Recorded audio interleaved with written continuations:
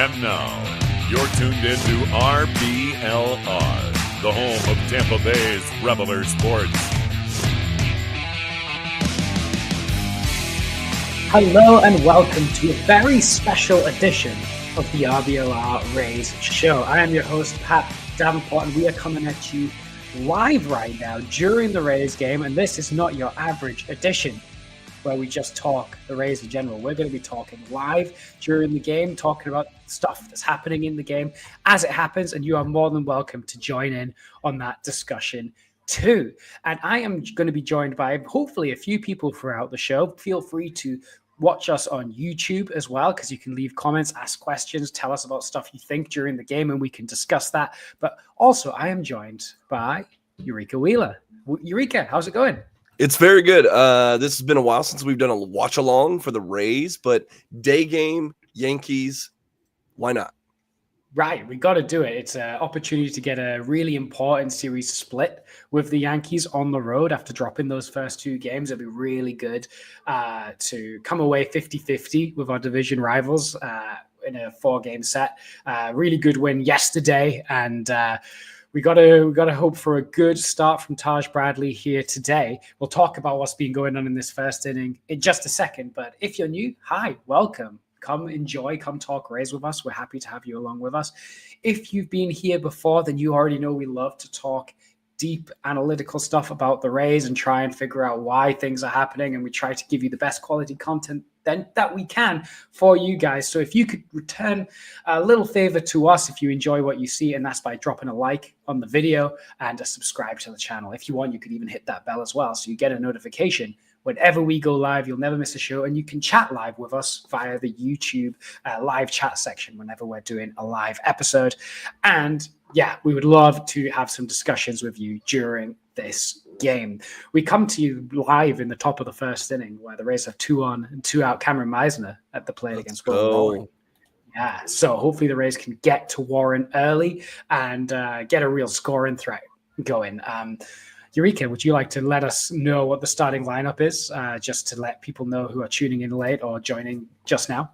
Yeah, it's I think it's an all-righty lineup. You've got Chandler Simpson leading off with Brandon Lau behind him, Yandy Diaz in the 3-hole with Aranda batting cleanup, Meisner, then Mead, Jankowski, Rortvet, and Wolves in the number 9 slot. So what are your thoughts on this lineup on this Sunday? Yeah, I think it's a pretty standard lineup that doesn't come with many surprises. I guess the only thing really is that Caminero is sitting for this one. No Caminero on this one. I'm assuming this is just a day off for him. I mean, Mead at third base getting the start there against the right-hander. I don't think he's been getting many starts against right-handed pitching. He's kind of been a lefty specialist hitter this season so far. So to give him the nod after the big hit yesterday, hopefully give him some more consistent reps is what he's going to need to kind of kick on and try and be better than what he has been at the plate so far. I mean, last week, he actually was second in Team WRC Plus over the last week. He came second. So he is getting there. But he needs to continue to get reps against both handed pitches in order to continue his development, because I think one of the hardest things to do as a hitter then is to try and be good when you are only playing one in every 3 or 4 games. I think it's really hard to have your timing right, to be in a good rhythm. Everyone says pinch hitting is really hard for that reason. You don't go through your normal routine. And Mead has yet to have an opportunity to kind of get into a routine. After a scalding hot spring training, he's really not had the opportunity to kick on and get those reps at a consistent level. So hopefully getting back-to-back starts will help aid his development. Unfortunately, Meisner was caught looking and in the top of the first. Another RISP fail, if you want to throw up the meme. But honestly, we've already talked about this on the show, that the Rays are actually pretty good with runners in scoring position. They haven't been the past week or so. They've had a rough series offensively against a very good Yankees pitching staff. But in general, the eye test and what the Rays are actually doing aren't necessary. Yeah, the risk haters aren't eating right now. We've been good all year. Yeah. But Yandy did get our first hard hit tracker, so we'll be doing so. He was 110 exit velocity on his, and Chandler Simpson, he lined out at 96, so he was right there with it. So we'll be doing that on him. When are we gonna call it a hard hit? 95 plus? I think it's 100, right? 100 plus. Okay, I can take that. Yeah, I feel like it's 95 plus is usually hard hit, but yeah, to get the fire emoji, he's got to be, come on. I feel like Yandy never doesn't hit the ball hard. I feel like that's all he can. If he does hit the ball, he's hitting it hard. It's just whether or not it's on the ground or a line drive or a fly ball. That's the kind of difference for him. Because if it's a ground ball, it's going to need to find a hole. But if he hits it hard in the air, it's probably a double or a home run. You know what? I'm feeling generous. So we'll say 95. We got two of them. Very good. I mean, Chandler Simpson getting it to 95. That's pretty good. That's pretty hard hit. Yeah. Like Chandler's not a guy that's going to be a regular contributor to the hard hit tracker, I don't feel. Yeah. But yeah, unfortunately, hung up, didn't it? Hung up a little bit. So Taj Bradley's getting the start for the Rays. I mean, he's continuing to be a bit up and down as he was last year. But again, he's got it in him to have an excellent start, but he's also got it in him to have an absolute stinker sometimes. And that, I think, comes down to his stuff, like his pitch repertoire, where like he's got two really good pitches. I think his fastball's really good. I think that's his best pitch. And then after that, he has the splitter that's quite good. But then his other offerings, he's starting to lean on them more than he did last year. But it sometimes feels a bit like he's a reliever where he really can rely on those two pitches to get him by. And then sometimes that means it allows hitters to kind of just sit on one of those two. Right. And then take off. And especially his fastball, they'll just sit on it and lay off everything else. And that allowed them to really square up on him at times last season and this season as well. So it's good that he's starting to factor in the curve a little bit more, because I think that really helps him out. He's got a cutter that he uses 20% of the time as well. So he's starting to vary up his pitch selection a little bit more, and hopefully that will yield some more consistent results. I hope. Well, let's add our first person to our lineup. Frosted Tips and all, you may know him from his frequent appearances at RBLR Rays. That's the one and only Ben Whitelaw. What's good, buddy? Hey, Ben. Hey, how's it going? Can you guys hear me okay? Yeah, you're great. Yeah. Oh, and I love the sun kit. Cool. Look at this. Oh yeah, I had to buy it when I went out to the game one time. It was awesome. I gotta get out to another one soon. Well, they're actually playing tonight. They were supposed to play yesterday, but the Dallas Trinity they had some flight issues, so the day of the game they postponed it and said, "Now we're gonna play tomorrow." So actually, our Sun, even though the rain is in New York, the Sun will be in Tampa Bay tonight at 6 p.m. on Peacock. So, there we go. Yeah, no, I'm excited for that one. That's they need to get points. It's a huge. Can't afford to drop points here. Yeah. Definitely. Ben, what's your you've been kind of talking about Taj in our group chat for a while here. Pat brought up a good point about, his depth of his arsenal seems to be the biggest issue. If he can get that plus command, and it's like he could be top of a rotation or he could be more of a reliever. Yeah, I mean, he just doesn't have like a swing and miss pitch that's good. It's fastball. Fastball is his best pitch. It's really hard to succeed as a starter when your fastball is your best pitch. You can do it as a reliever because you can fastball, slider, anybody.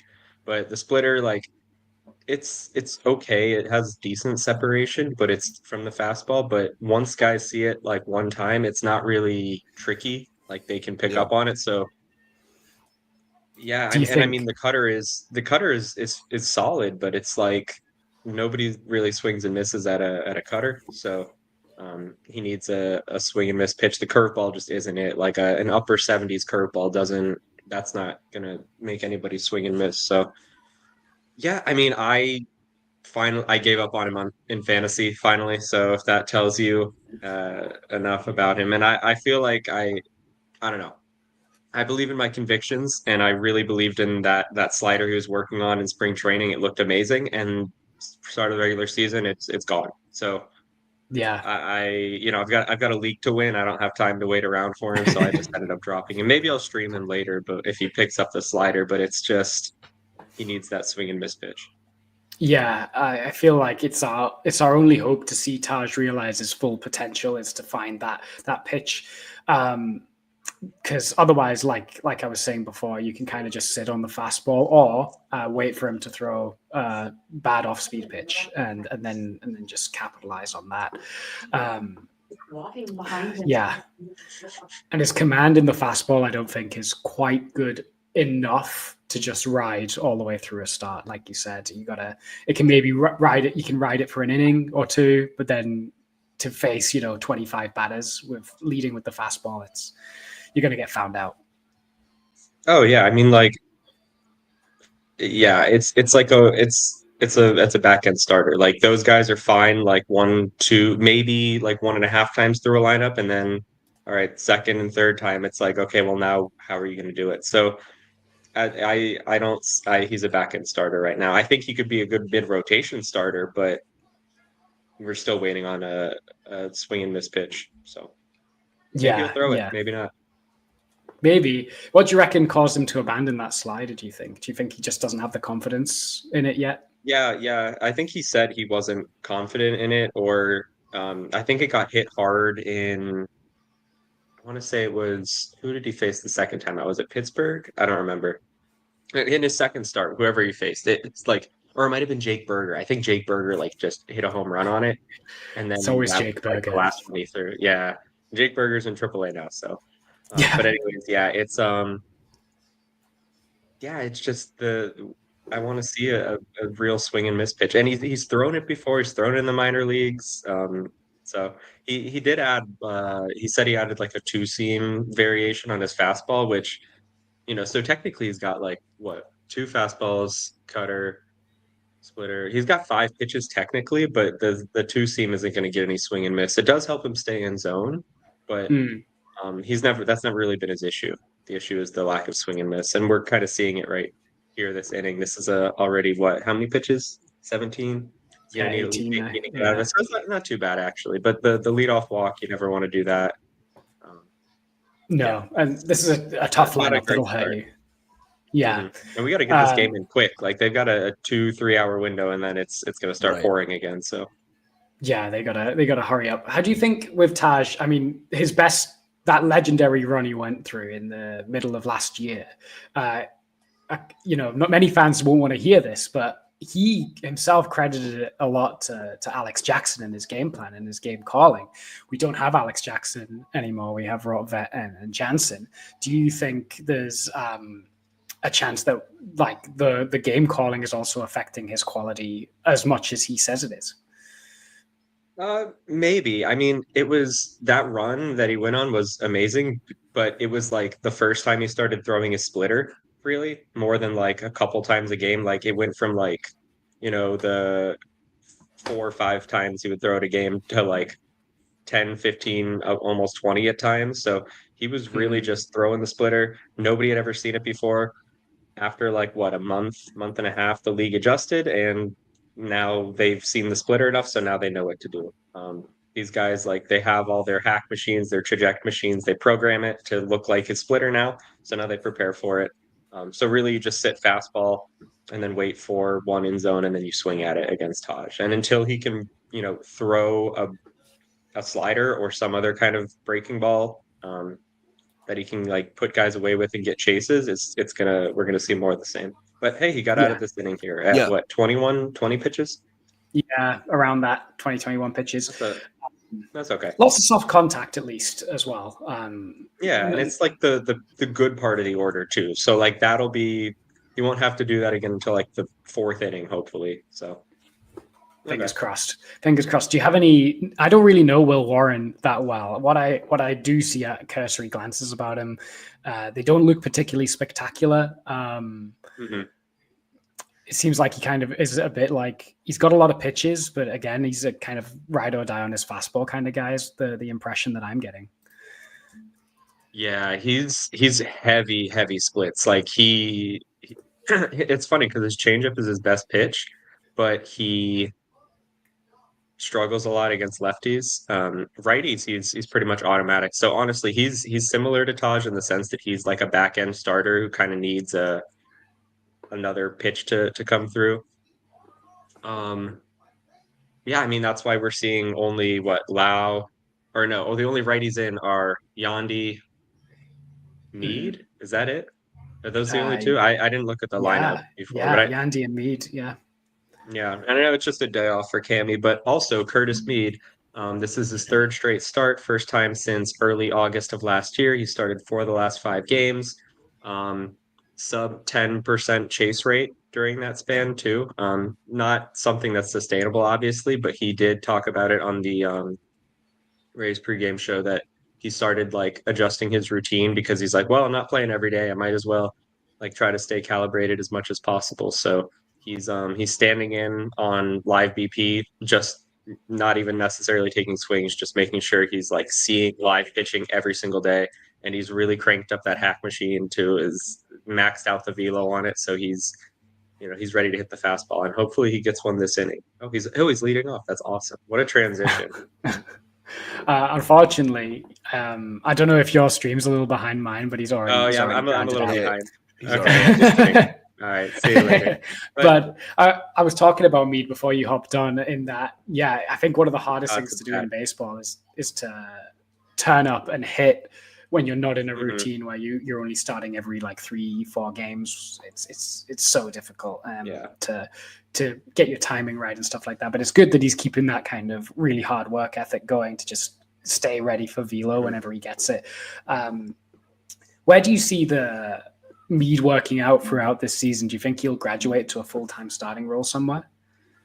I hope so, man. He's like there's nothing he can do in AAA really that's gonna like the things he needs. He just needs to see major league pitching, and like you're not going to see that in AAA. So yeah, like he can go to AAA. That's great. And I mean, I guess he could like work on his approach and try to get the ball in the air, maybe pull side, but that's not really who he is. He's more kind of like an all fields guy. So I don't think he should, try to be something he's not. But yeah, he really just needs time, and he has an option this year, so it's not like it's do or die. Next year is do or die. So yeah. I mean, hope he gets more run though. Yeah, I mean, I was just saying to Eureka, he's currently over this past week when I was looking at Bat of the Week, he had the second highest WRC plus across Rays hitters this week. So he's starting to get those results across as well as the good process, which is what you want to see for sure. Travis Jankowski's batting at the moment. He's worked a good at bat against Warren. He's currently full.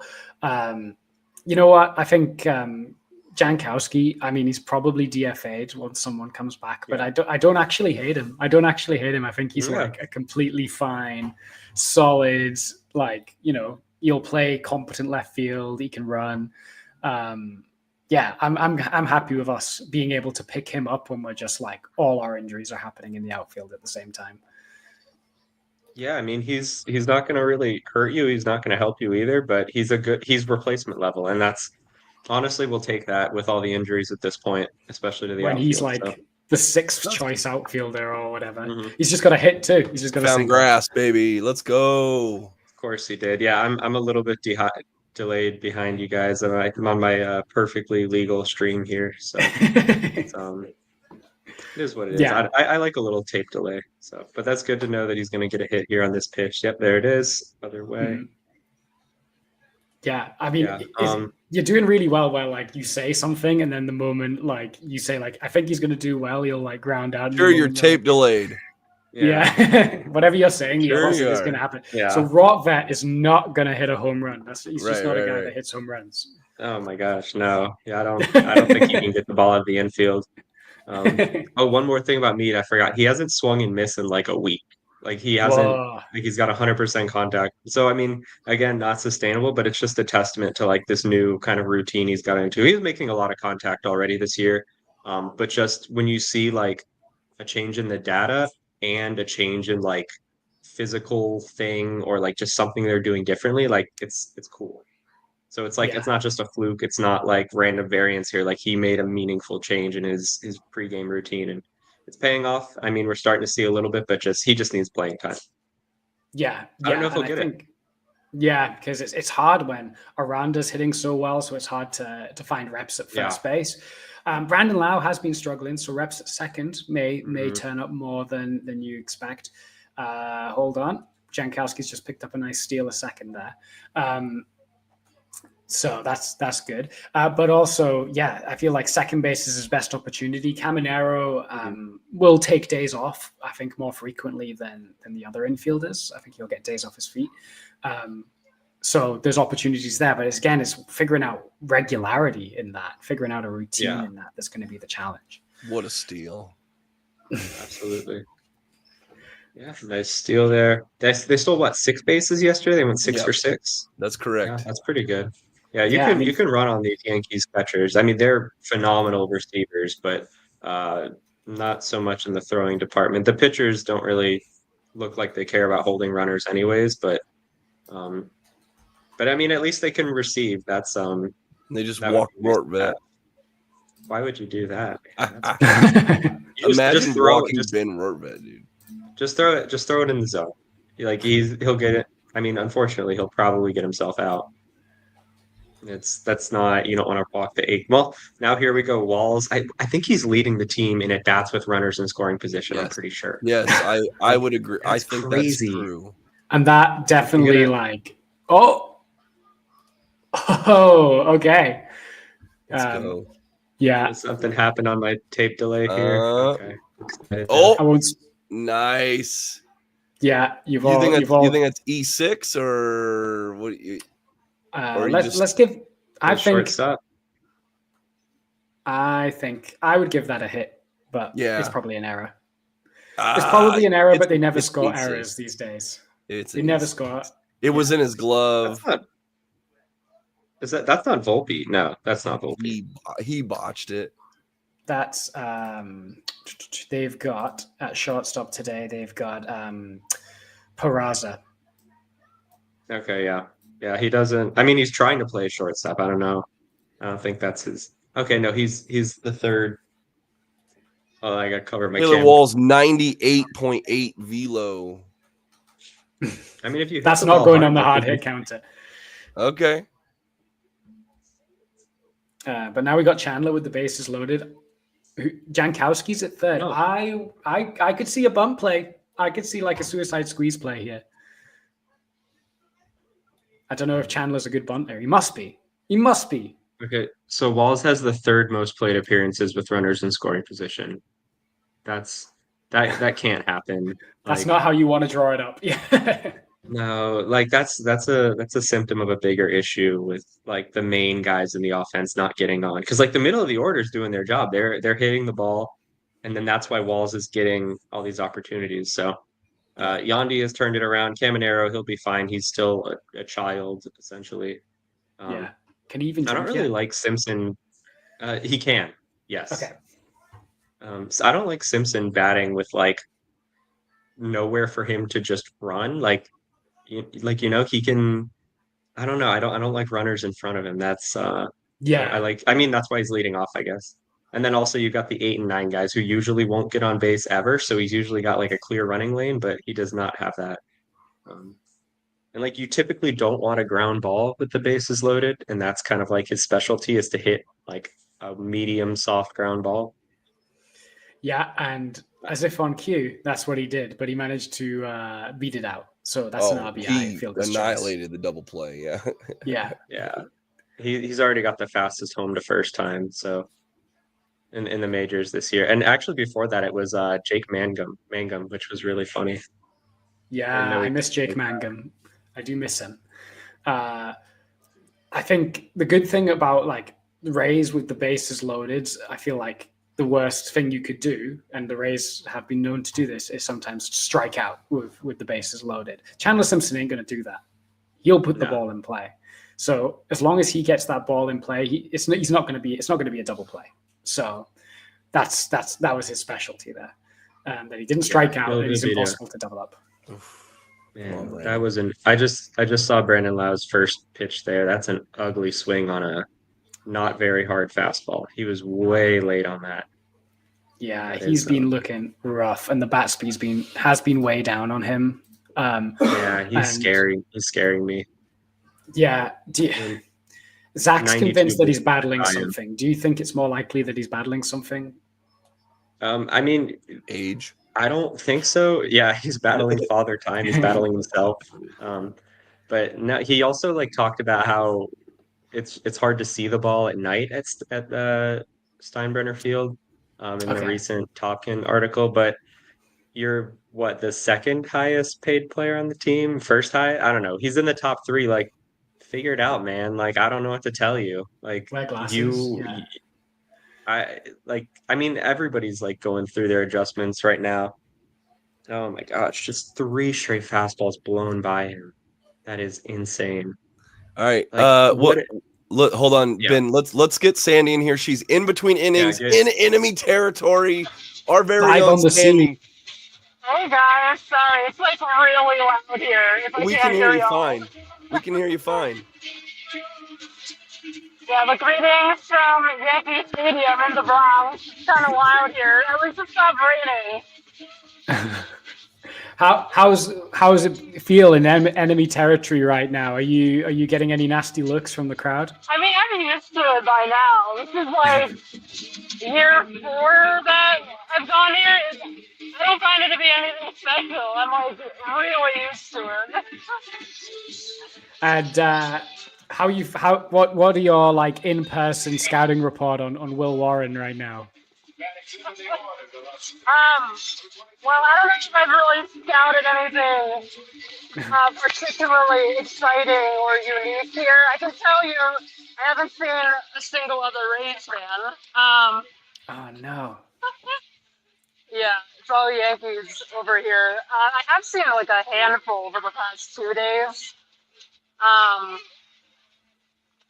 Yeah. I'm with my friend John. He's a Yankees fan, don't mind him. Boo. Sorry, John, for booing you. I don't know if you heard that. I have my earbuds in. But...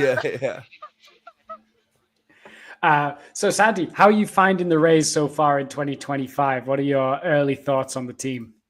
Yeah, it's been hard to keep up since I was abroad for a couple of weeks. I feel like I came back to hearing them not doing super well while I was gone, and then they were on the West Coast and had that hot streak before their struggles back at home, and it's just like seems like a big roller coaster. I don't know what to make of them quite yet, but it is still early into the season. Yeah, for sure. I mean, I was really scared I was going to be signed up to do a solo show after another like losing streak. I don't know what seems to happen. Zach seems to take off whenever the Rays go on a losing streak. I think we should all describe him as a fair weather fan because he stops doing the pod as soon as we go on a L5 and makes me do a like an emergency solo show. So tweet at Real Zach Dab saying, hey, you got to be here when they lose too, brother. Classic Zach Dab move. Yeah. For legal reasons, that was a joke. So Zach doesn't come back and go and start challenging me. But yeah, we're just seeing Taj against Jason Dominguez, who like Ben, do you see much in Jason Dominguez? Because like maybe I've just got like Yankee fan anti-bias, but I feel like he's one of the more overrated prospects in baseball. Hold on, I think you're muted, Ben.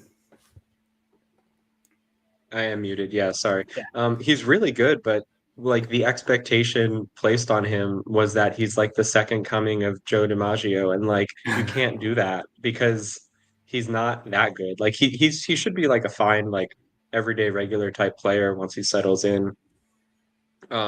We just walked him. Yeah, I mean he's really not he's not that bad. He's pretty solid, but he's like not a very good fielder, so I don't really know where he's gonna fit long term. It's probably they'll just probably make it work in left field. But yeah, he's not that good. He's good, but not great, I guess. Yeah. And I'm still kind of struggling to figure out how good this Yankees team is as well, because they've got a decent record, but not like completely running away with a relatively sputtering AL East right now. We're going to say goodbye to Sandy for a hot minute, but thank you for coming to us live from Yankee Stadium. Let's live go, from Sandy. Territory. Yeah, nice seeing y'all. Have fun. Thank you for your service out there on enemy lines.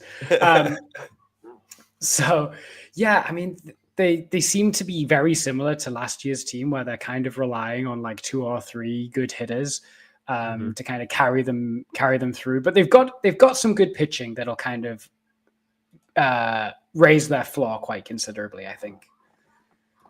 Yeah, like they're one of the better teams in the division. Like I mean, for as bad as they've been, I still think the Rays are right up there with the Yankees, and then.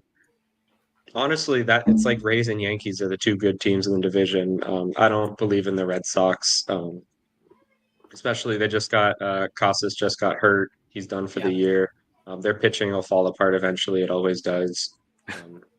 They haven't like fully built that like pipeline. I mean, they have built it. They just haven't like gotten a good like foundation, I guess, on the minor league side, and it's getting there, but it's not there yet. So I don't really believe in them. But yeah, Rays and Yankees should be the top 2 teams, I think, when all is said and done. Yeah, and I cannot believe how the Orioles are letting this kind of incredible crop of prospects to go to waste. They got really good too soon. Like they weren't supposed to be as good as they were, as fast as they were, and then I think it just kind of threw off the timing on things, and then ownership didn't want to spend, and yeah. Yeah, Johnny Aranda just pulled a really nice snag at first, step on the bag to get Escara out, but then like completely botched the throw to second. Could have been worse. It could have been worse. He didn't advance further than second, but he really spiked that throw over to Walls. Yeah, that's why he's playing first base, because if he was playing second base, that kind of throw would be happening pretty regularly. So it is what it is. Yeah, first baseman and throwing is not a thing. It's not a thing. Like that was a good grab though on the first part of the play, but not so much the second part. And like it was going to be tough because you have to tag him. So like even though Walls was on the back, like you still would have had to tag him anyways. It's fine. Yeah, it's a tough play. I mean, I'm actually being quietly impressed with how well Aranda's handled first base so far this year. Yeah, he's looked really solid. I mean, like it's the easiest position, but like he hasn't been good at it in the past. So I'm glad that he's good at it now. Yeah, I mean he's got 2 outs above average already this year at first base. Yeah, which is completely solid for a first baseman. Because we were told, I guess, the impression of Aranda that he was going to be a bit positionless and not able to handle anywhere. But he's got a glove at first, which I'm more than happy with. Yeah, I don't know how it's going to fit long term. I think he could probably still try second base at some point, but I think he's going to be like first base DH just for a pretty long time. I mean, and especially with like Trey coming up, maybe later this year, definitely next year. He's a first baseman, 100%. So he's going to be there. You want him at first base every day, and then Aranda, I guess, DH. Yeah, which then spells, where do you put Yandy Diaz, if anywhere? Do you think this is the last year we see Yandy Diaz on the team? Yeah, I think so. I don't really see like how he fits in. Okay, so that cutter to Reyes there, if he could do that with just because that had to have been more than like a cut slider. That looked like more slider than cutter. I got to see that, but that's the put away pitch that he needs. But anyways, yeah, I don't think Yandy's going to be around after this season. I think they could probably trade him this year. I don't think they will if they're contending. And I do expect them to be contenders. So yeah, sorry, I really want to see that slider shape now. No, go right ahead to do that. In the meantime, a nice kind of play by Brandon Lau at second to end the inning there. Still 1-0. Yankees still without a hit. And there we go. The K tracker. 2 innings down. Rays 1, Yankees 0. I wanted to say 0. You guys say nothing. 1-0 in America. But we're also interested in what you guys watching and listening along have to say as well. So if you are wanting to ask us a question or want to make a comment on anything that we've said, whether you agree, disagree, or just want to feed in on the game, be sure to head over to the YouTube page and watch our current live stream there, because that is the easiest and quickest way to get your comments directly to us, and we'll bring them up on screen and discuss them along with you. So if you want to get involved in the conversation, go to the RBLR Sports YouTube channel and look at the current live stream. Down there below. Yeah. Okay, yeah. So that cutter had like a little more break than it normally does. So that's kind of it was more slider cutter than cut slider, if that makes sense. So I like it. Not bad. But well, anyway, we'll see how he does second time through the order. This is like the bottom part of the lineup. That's pretty easy to take care of. Yeah, he's got 9-1 and 2 due up next inning, so you're gonna have to face Judge again. So that'll be the tell. I don't believe in Grisham. I think Grisham is so fake. I think he's a solid, like, glove first center fielder type guy, but I don't think he's not this type of hitter. So I'm just looking forward to seeing him face Judge next inning. Yeah, definitely. We're gonna have Yandy leading off this inning, which is exciting. We've got is it 2, 3, 4? No, 3, 4, 5. 3, yeah. I mean, the thing that concerns me with Yandy, like, he's starting to come good again. He's got the best WRC plus this week on the team, and he's been good for a couple weeks now. But something that was concerning me early with Yandy was how much he was swinging way more and chasing way more than what we've seen from him. I hope that's something that's kind of worked itself out a little bit, but it did worry me, because lots of Yandy's bread and butter is how well he commands the strike zone. Yeah, he just needs to, like, relax. I mean, it's easier said than done, because, like, they're fighting for their lives out there, or not their lives, but you know what I mean. I think he's okay. I think it was just, oh wow, nobody else is contributing, and then I can't really see the ball at night, so I might as well just it's a couple factors, but it's fine. This is going to be a weird year. I think they're going to have a better road record than home record this year. I think they'll figure out how to be okay enough at home, but it's such a weird situation, because it's like a pitcher's ballpark, but it's also not at the same time. It just depends on literally what way the wind is blowing that particular inning. It's crazy. And then the shadows over home plate that happen around like 5 p.m., 6 p.m. It's a crazy place to play. Yeah, definitely not a place that's meant to be there for games that count. Ideally. Yeah. But it's a funny old situation that the Rays find themselves in, for sure. Hold that thought. Yes, Johnny Aranda, baby. He's just gone yard. Hit his 5th home run of the year. Yeah, round those bases. Awesome. You got the graphic up. I haven't seen it yet, so I'm excited for this prediction here. He's going to hit a home run. Yeah, this prediction that he's going to hit a home run. The Rays have doubled their lead. It's 2-0. You can definitely add that to the hard hit counter. That is a fastball down the middle. That is awesome. Yeah, I mean, if you're going to be in a 2-1 count, it's good to throw a strike, but probably not that pitch. Right down the middle. They're sitting fast. At least they're like a cutter, change it, like something in zone. Well, I guess if you don't really trust your other pitches. Yeah, I don't know. Warren has heavy splits for a reason, so. Yeah, and now he's got to face another tough lefty that could take you yard in Cameron Meisner. He just missed a kind of down the dick sweeper. 103.8. That is good enough for our 4th 100-mile-an-hour hit tracker. Yeah, and I'm sure we're going to get the savant on like how that's going to fit compared to like that's going to be. I know Savant rate their home runs by like doubter, no doubter. 21 out of 30 parks. 21 out of 30 parks. So that's close to a no doubter. Expected batting average 820. Well, there you go. What's crazy is that the Yankees have hit double the amount of home runs that the Rays have this season. The Rays have hit 28 now this year. Yankees at 56. But it helps when they when they hit about 50 of those against the Brewers in that series against Nestor Cortez.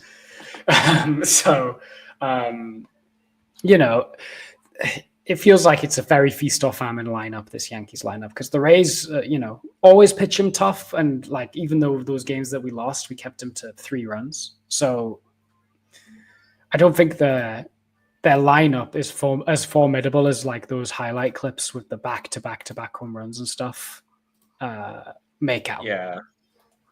No, it's good, but it's not like best in the league offense. I don't know who that would be. I don't know who's leading the league right now, but I don't think the Yankees will, like, long term. I mean, it's just, especially because like their offense is and it's so much, it's built for that park, and that's fine to do that. Like, that's great, and every team should like kind of build their team a little bit to their park. But like, if they're not playing at home, they're like a good offense. They're great at home, okay on the road. Yeah. And for the Rays, I think that might end up being the opposite. Yeah, for sure. Currently, the Yankees do lead baseball in team WRC plus with 134. The Cubs and the Mariners hot on those heels with 130s. Didn't expect the Mariners. Crazy good. Yeah, the Cubs are really good. I really like the Cubs. I didn't expect Pete Crow Armstrong to be this good, but I'm happy that he is. And the Mariners offense, I didn't expect to be this good either. Because I don't know how they've managed to get a team 130 WRC plus, but when you combine that pitching staff with a good offense, I think they've now got the best record in the American League. Yeah, I mean, I think WRC Plus does need to. I don't know if it's been recalibrated yet or what the plans are, but like the Athletics playing in a minor league stadium and the Rays playing in a minor league stadium are definitely making it weird, because it's, supposed to account for park factors, but like it can't really, because it doesn't have like the full like data set, I guess, that it needs. So it's going to be interesting. I'm sure Fangraphs will do something eventually about it, but not a great at bat from Mead. I didn't like that. That wasn't that much fun. The first one was fun. He hit the ball like 110. Yeah. So nothing other than the Aranda home run in the top of the third, but the Rays now up 2-0. 2-0 on the Yankees. Taj, big test for him, facing Judge for the second time. Hopefully he can get through unscathed for sure. Something I want to talk about is the Rays fans seem to have given up a little bit on Zach Littell. I remember seeing a post along the lines of being like, Zach Littell's pitching major league innings, which is a huge sign that the team is on the decline or something like that, or like the team isn't trying hard enough. But then Zach Littell probably had his best start of the season last night. I mean, he's fine. Like, if we want to try to make a scapegoat, like for the reason the team is bad, like he's pretty far down that list. Not that the team is bad, that they're playing poorly right now. They're not picking up the wins. He's not. Well, actually, let me see who's been the worst pitcher. I want to look at that now. I mean, I don't think he's been the best, but I don't think he's been the worst. But we'll see. I really like looking at it like it runs above average, because it's so early in the season still. It like WAR kind of doesn't mean a whole lot yet. Yeah. So like currently, the lowest FWAR on the team amongst pitchers is Hunter Biggie and Cole Salsa, and you're like, well, that's because they've had like a couple of bad outings. Yeah. Relievers, it's going to be impossible. Littell's been 2.1 runs below average tied with Uceda and just a little bit behind Montgomery at -2.2. So, I mean, I guess in terms of starters, he's been the worst. But that's a high bar. I'm like, Bars has been excellent. Rasmussen has been excellent. Like, it's like, worst of a like good bunch. So like he has been probably like a little below what you want, but not like a disaster. Yeah, it's fine. And like, okay, like let's say they were to like send him down, like or DFA him or whatever, like who replaces him? Like there's nobody can come up and give you like the safety that he gives you, where he's going to give you 5 innings and he's going to most likely give you more innings than runs he gives up. So yeah, you'll right. take that every day from a back end starter. I guess like the only move you could make, but I think this opens the variance up massively. You could get Joe Boyle in. Yeah, that's true. He's on the 40 man. Yeah, it's but there are going to be games, at least at this point right now, where he's going to throw an inning and walk 8 guys. So I'd rather take the couple solo home runs, like 1 or 2 solo home runs a game from Littell than the because you can't really control that. Like if you just throw strikes, the guys will get themselves out like 75% of the time.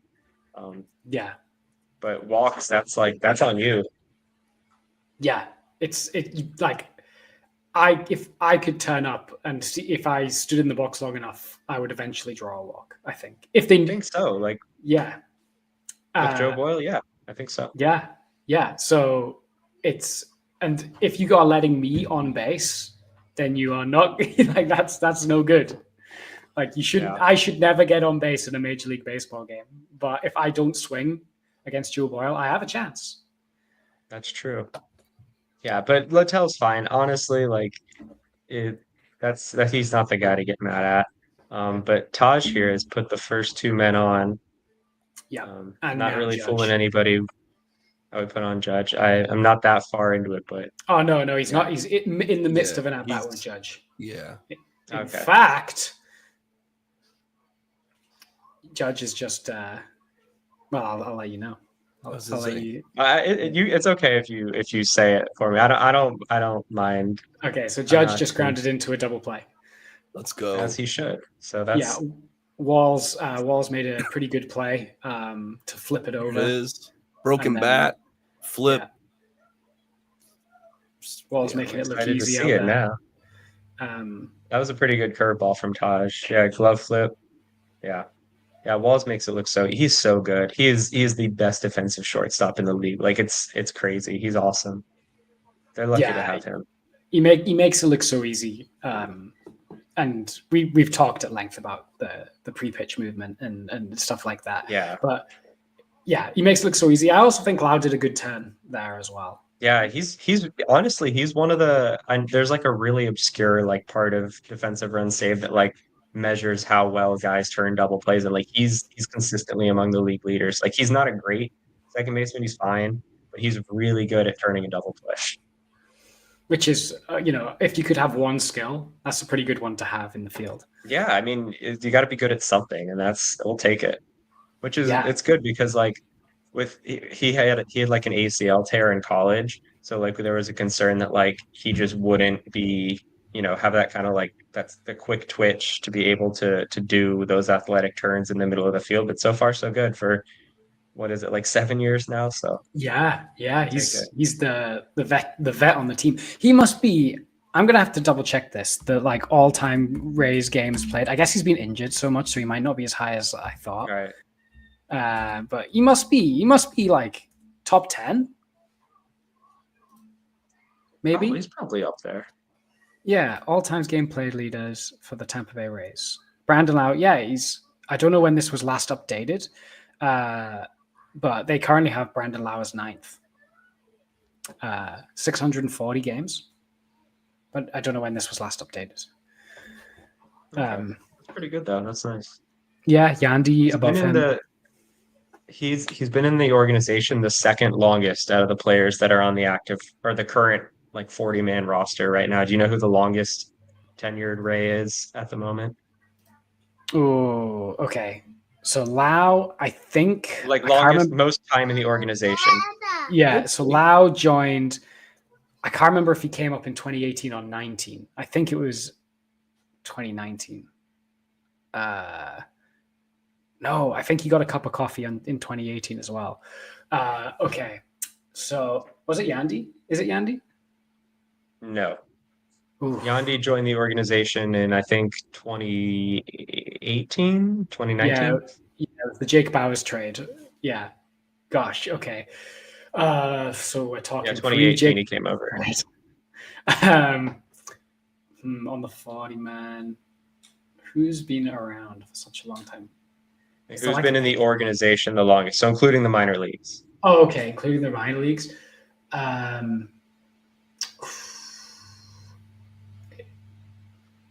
You're gonna have to tell me. Brandon Lau's second, so he's been in the org since 2015 when he was drafted. But in the international signing period before Brandon Lau was drafted, they signed Jonathan Aranda. So Aranda's been in the org for 10 years now. He's in his 10th year as a Ray. That's crazy. That is crazy. That is absolutely crazy. I remember for the longest time it was Rene Pinto who had been there for like a crazy long time. Yeah, he was signed, I think, 2012 by the Rays. So from 2012 until last year, what is that, 12 years? That's now I gotta check, but yeah, he was there forever. 12 years ago, I was 15 years old. Like, yeah, so much has changed. Crazy. Yeah.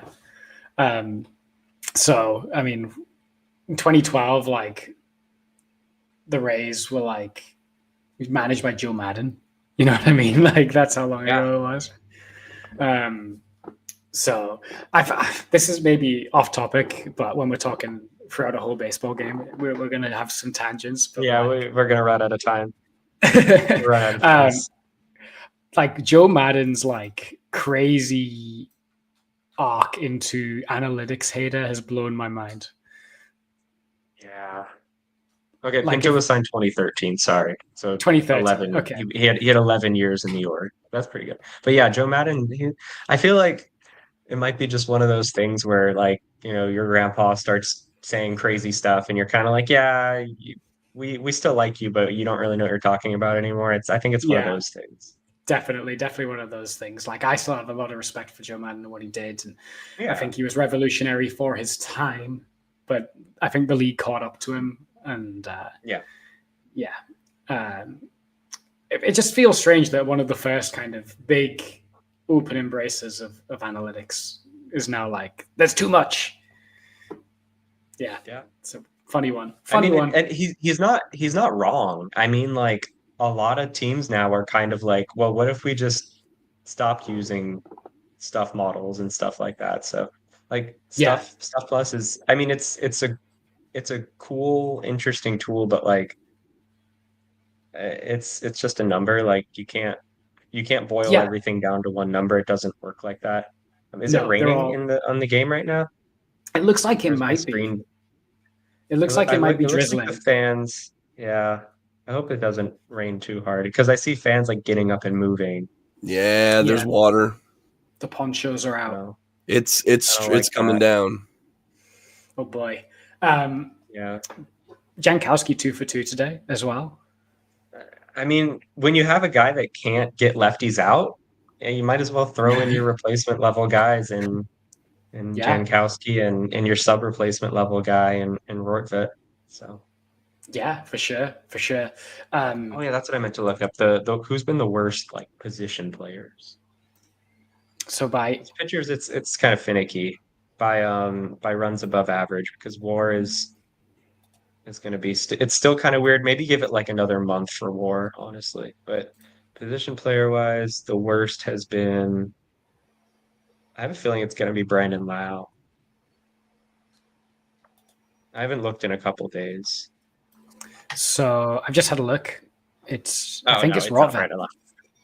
Yeah, it's Rortvedt by quite a bit. Like not particularly close at all. With his one WRC plus, and he's just been caught looking.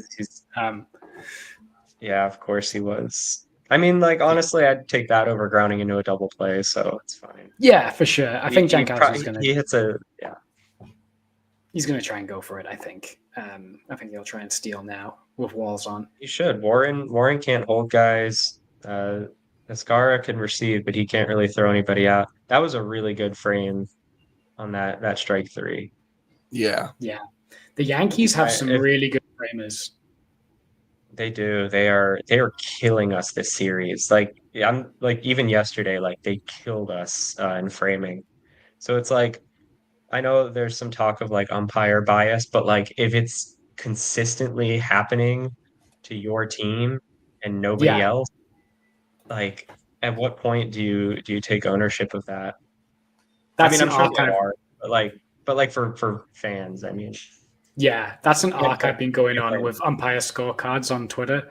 Is I used to be like, oh, the Yankees again with the 1+ run favor from the umpire, and now I'm like, well, if it's always happening, this must be because they're sick at framing. Actually, they are, and they're good at it. Like I've been watching a lot of video on how to frame and all, and like how different guys do it, and it's they're so good at it, and it's not going to matter as much next year with ABS starting to come in, and they'll have the challenge system, so it'll get like nerfed a little bit, but it still matters now, and they're consistently like +1 runs just from their framing, and if you got like an above average offense, above average pitching staff, and you're like already starting up the game like 1-0 essentially, like it's I mean I hate it. I hate playing them because they're so good at it, but I wish we would do that.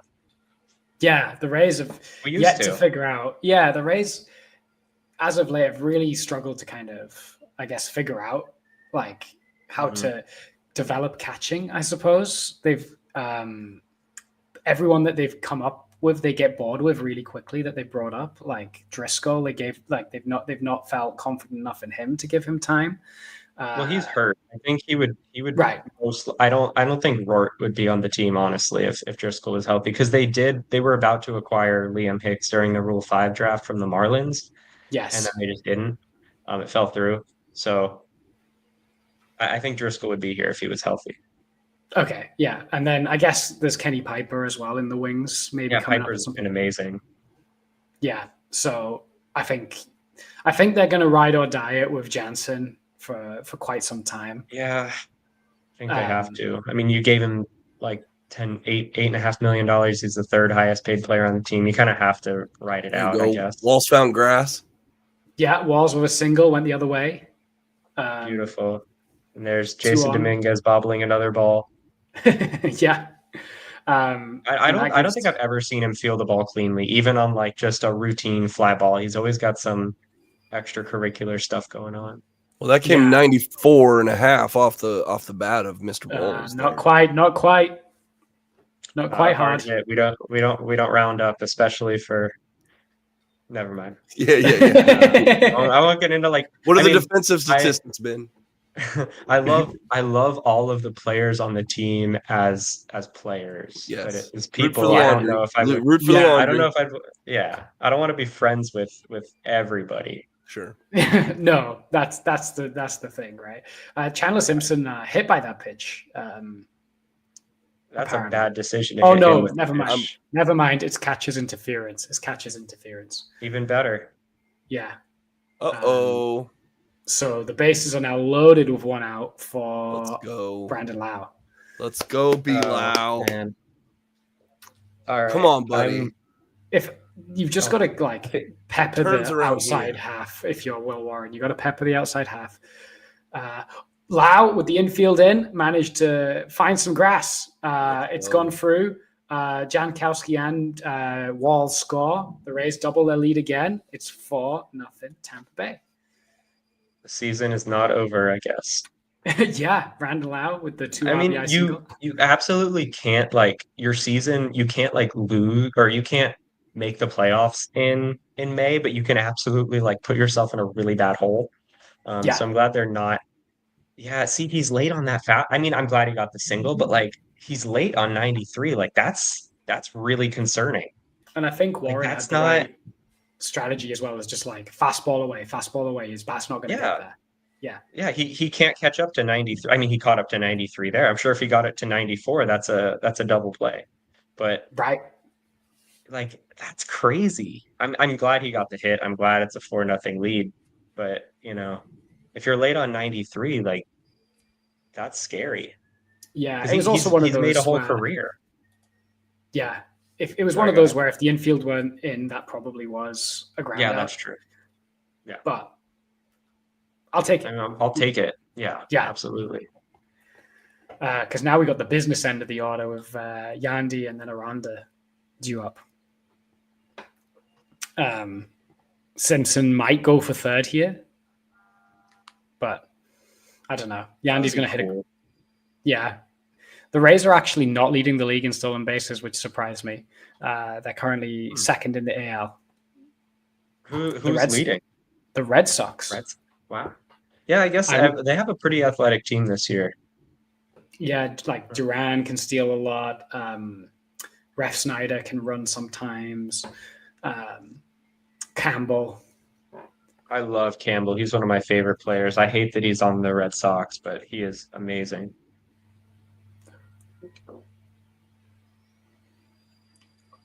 Oh, yes.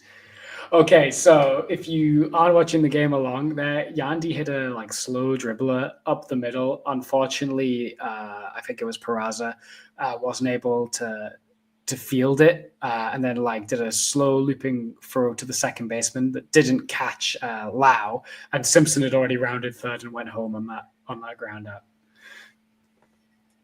That's crazy to score from second on a ground out. Yeah, that didn't leave the infield. Or on a fielder's choice, I guess, because they'll probably call that a fielder's choice. Yeah. Or maybe he fielded it. He fielded it, but then bobbled on the transfer, so there was no outs. So I guess it might count as a hit. Because I don't think he would have got him because he bobbled on the transfer. Yeah, they'll probably give him the infield hit, and then Simpson scores on the error. Maybe I don't. Official scoring decisions they're fake. Like it's. If you ever watched Whose Line Is It Anyway? It's all made up. It doesn't matter. Yeah. It's a cool fake. job though, being an official scorer. I feel you just get to kind of say because you baseball games. You say whatever you want. And you're the guy. If you want to take away a no hitter, you take away a no hitter. If you want to call something an error, go for it. The player can appeal it, I guess, and then fantasy baseball scoring adjustments happen within it's one of those jobs 48 where you're hours or something. How do you even get into that? How do you even become an official scorer for a major league team? Question. Do you have to work your way up through the minors? Maybe you got to put in your time. Grab your pencil. You're on the next flight. Yeah. You're out of here. You're out of Durham. They're getting called up. But broadcasters have to grind through the minor leagues. It's Oh man, Andrew Heaney's killing me in fantasy today, man. Oh man, where's Andrew Heaney these days? Is he still on the Dodgers? It's Pittsburgh. I like him. I always wanted the Rays to get him. He seemed like a very. I don't like him anymore. Kind of guy. He hides the ball really well. But now he doesn't really hide the ball well, so he just gets shelled. But sometimes he kind of remembers how to do it, and he'll. I think he had a game where he struck out 10 Yankees or something this year. It's crazy how he can be so good sometimes.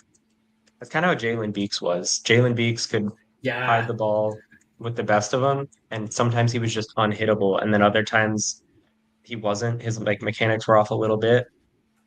It's Beeks always felt like he was so close to putting something together, but never quite could. Is he still bouncing around somewhere? Yeah. I think he last he was with Colorado or something.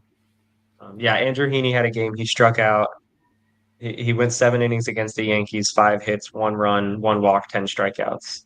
That was a game where he was feeling it, and now this rain is coming down. And then last week he's got 4 innings, 4 earned runs, 3 walks against the Cubs. So he's really hot and cold. He'd probably make a good reliever though. They had to take the tarp off the bullpen to warm up the bullpen guy. Oh no. Yeah. The Rays are cooking it in here. We want to get through 5. If we can get through 5, we could maybe just sneak a win.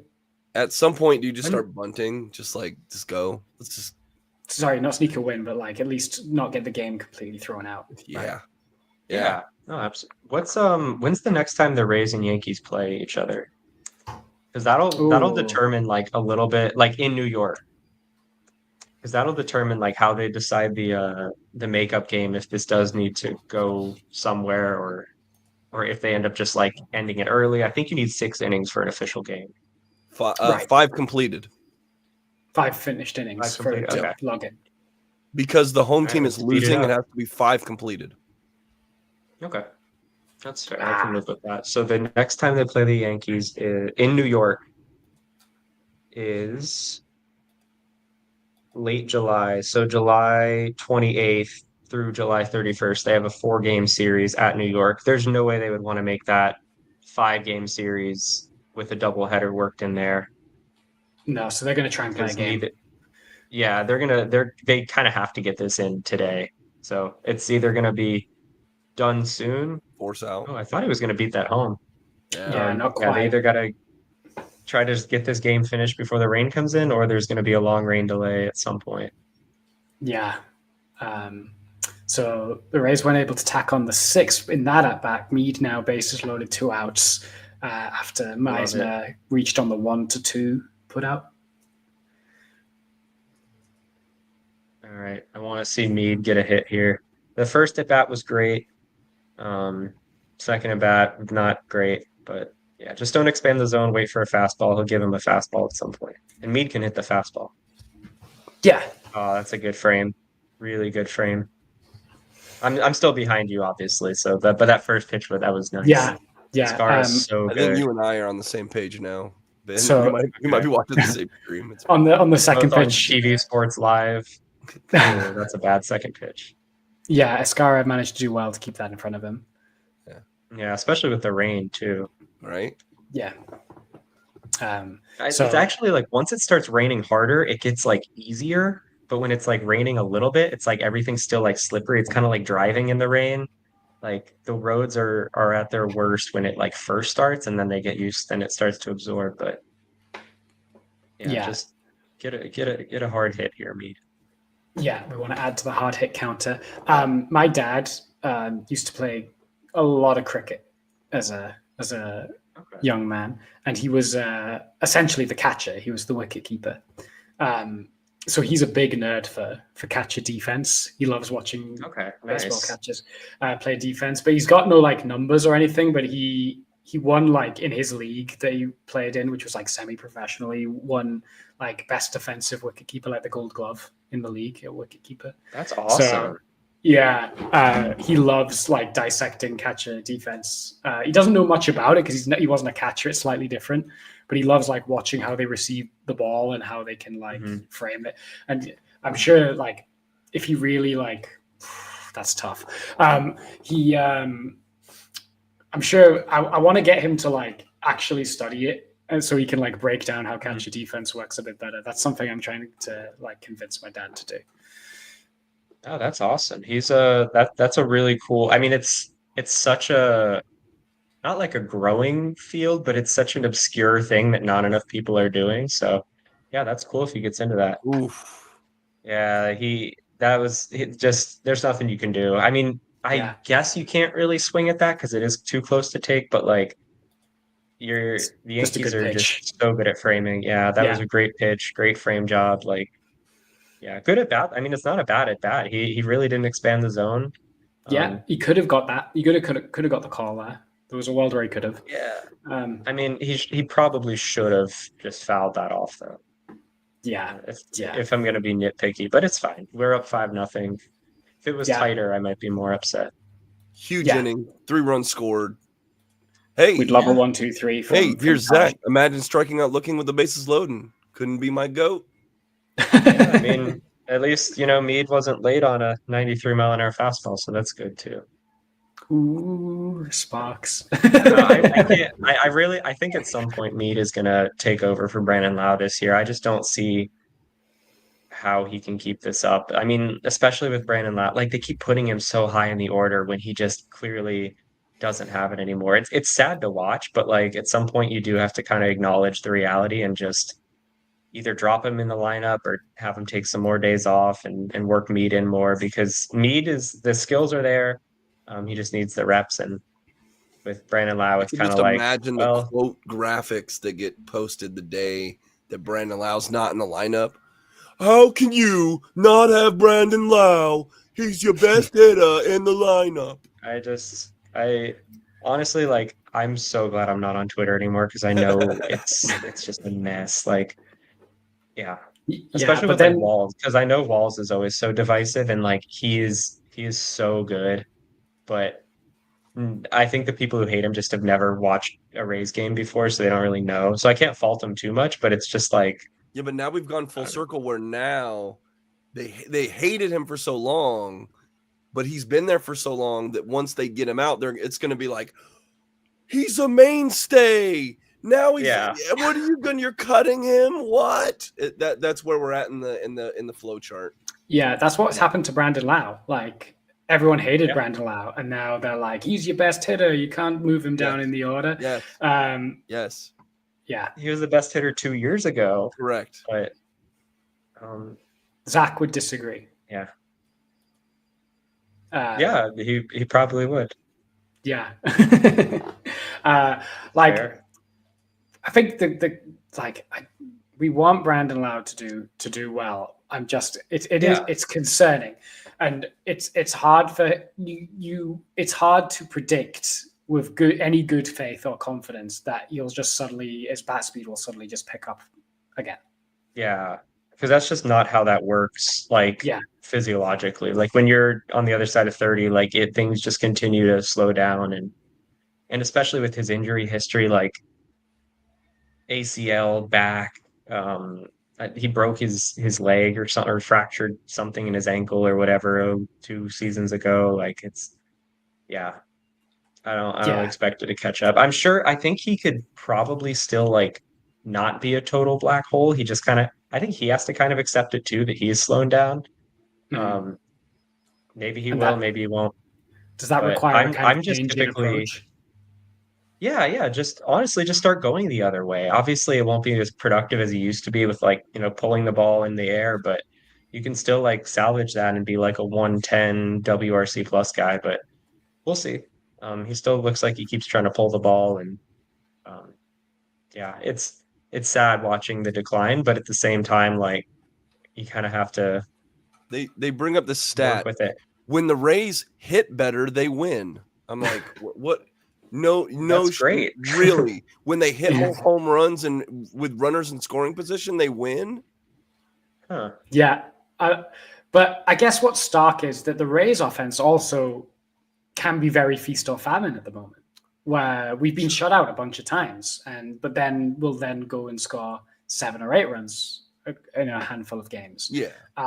They've and it's lost a hard lot of one-run games. So Yeah. yes, both in terms of Yes. like it was 1 run between them, but also they 1-run games and they scored 1. correct. No, there's been a lot of Yeah. yes. But that's because they've been losing those games like 2-1, 3-1. Right. Like there's been a couple of 1-0 losses. Wasn't there a back-to-back 1-0 losses at one point? Like that's Yeah. it's a hard product to watch when that's happening. But then you also got to hang your hat on how good the pitching is. Right. In that scenario where I always feel like my philosophy with baseball has always been like the pitching will always give you a flaw. Like you want your pitch, like the pitching will be your flaw because pitching is always way more consistent than hitting and far less variable than hitting. It's far more in your control. Yeah. Well, and especially with where they're playing their home games this year, like honestly, it seems like the wind is blowing out every single time the other team is hitting, and then when the Rays go up to bat, the wind blows in, and like even guys on the other team have said like they can't really see the ball super well at night, so it's just kind of like you hope you have the wind blowing and it's a day game, and it's but you're right, the pitching is still like what's kind of keeping them afloat, and I'm pretty sure their worst offensive games are happening at home, so it's really like they just have to keep grinding it out, figure out a way to be at least like, scratch something across at home because it's hard for the other team too, for the most part. Yeah. But maybe I've been maybe this is like a Stockholm syndrome thing, being a Rays fan for however many years, over 10 years, that like I feel like there was only like 2 or 3 years where we've had genuinely like really good offenses. Mhm. So I'm just used to being like, yeah, we do score like 2 to 3 runs a game. And we win 3-1, or all our games are like 4-3 or whatever. And I'm kind of at peace with that as a person.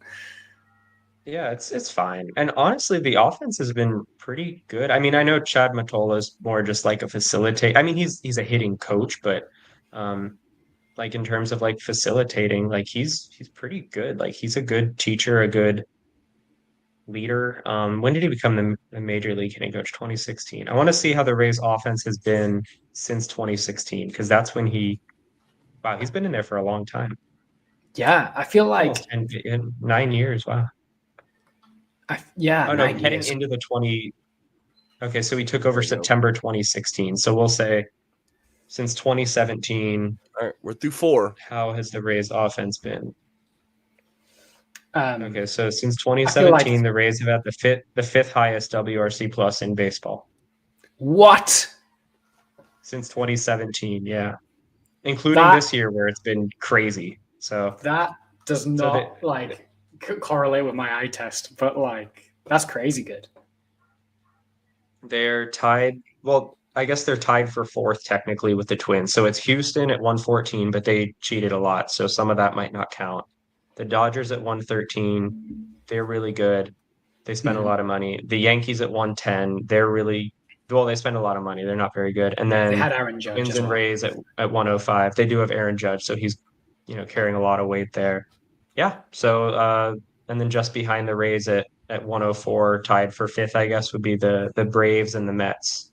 So the Rays have had the fifth best offense by WRC plus since Chad Mottola took over full time in 2017. They've Wow. been middle of the pack in scoring runs, so they're 14th in runs scored. So that kind of Okay. makes a little bit more sense, but that just means they're probably not being super efficient on the bases, unfortunately. But 105 WRC plus, fifth best in baseball.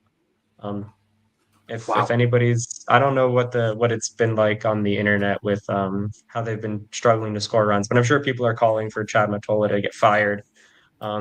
He would land another job very, very quickly. Yeah, I mean, because the team I don't has think been the anybody's fifth been going best. after Mottola in Okay, that's good. particular. So it's just Taylor Walls, It's probably. just Taylor Walls. Yeah, it's just Taylor Sucks. Walls. Yes, yeah. So Taylor Walls is the reason why the Yes. offense is. Okay, He's that the makes sense. singular reason, because, yeah, exactly.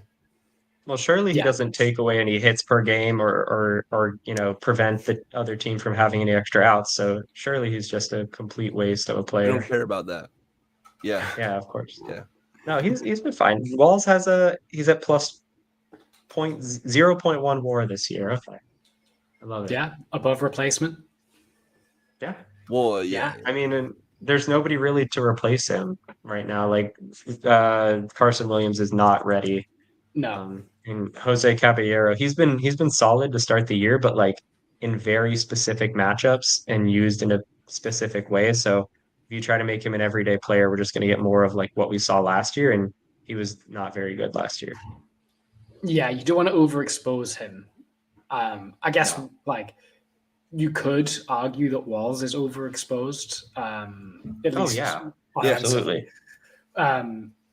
And if you had to pick one to overexpose, you'd pick the one that has the higher floor defensively. But Yeah, he opens so kicking every. I mean, Yeah, we already know take Walls is a Walls 9-hitter. That's every day. just how it is. We no one should be expecting anything No, from that. So, but And the when he's thing getting is- the third most plate appearances with runners in scoring position, that's the issue. It's not that he isn't hitting with runners in scoring position. It's like he shouldn't be in that spot. yeah. Right. Because Brandon Lau isn't hitting and Yandy wasn't hitting earlier.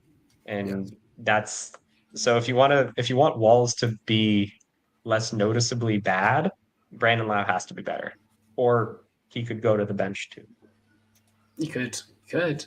But I think that'll take a while, because I think as much as like the Rays are forward thinking and I don't think there is like no game feel completely numbers driven as broader media suggests, but this is a baseball tradition that once you earn like a spot in the lineup, it's really hard to like fall out of it. Like you keep the job for a really long time once you get up to a position. Absolutely. Yeah.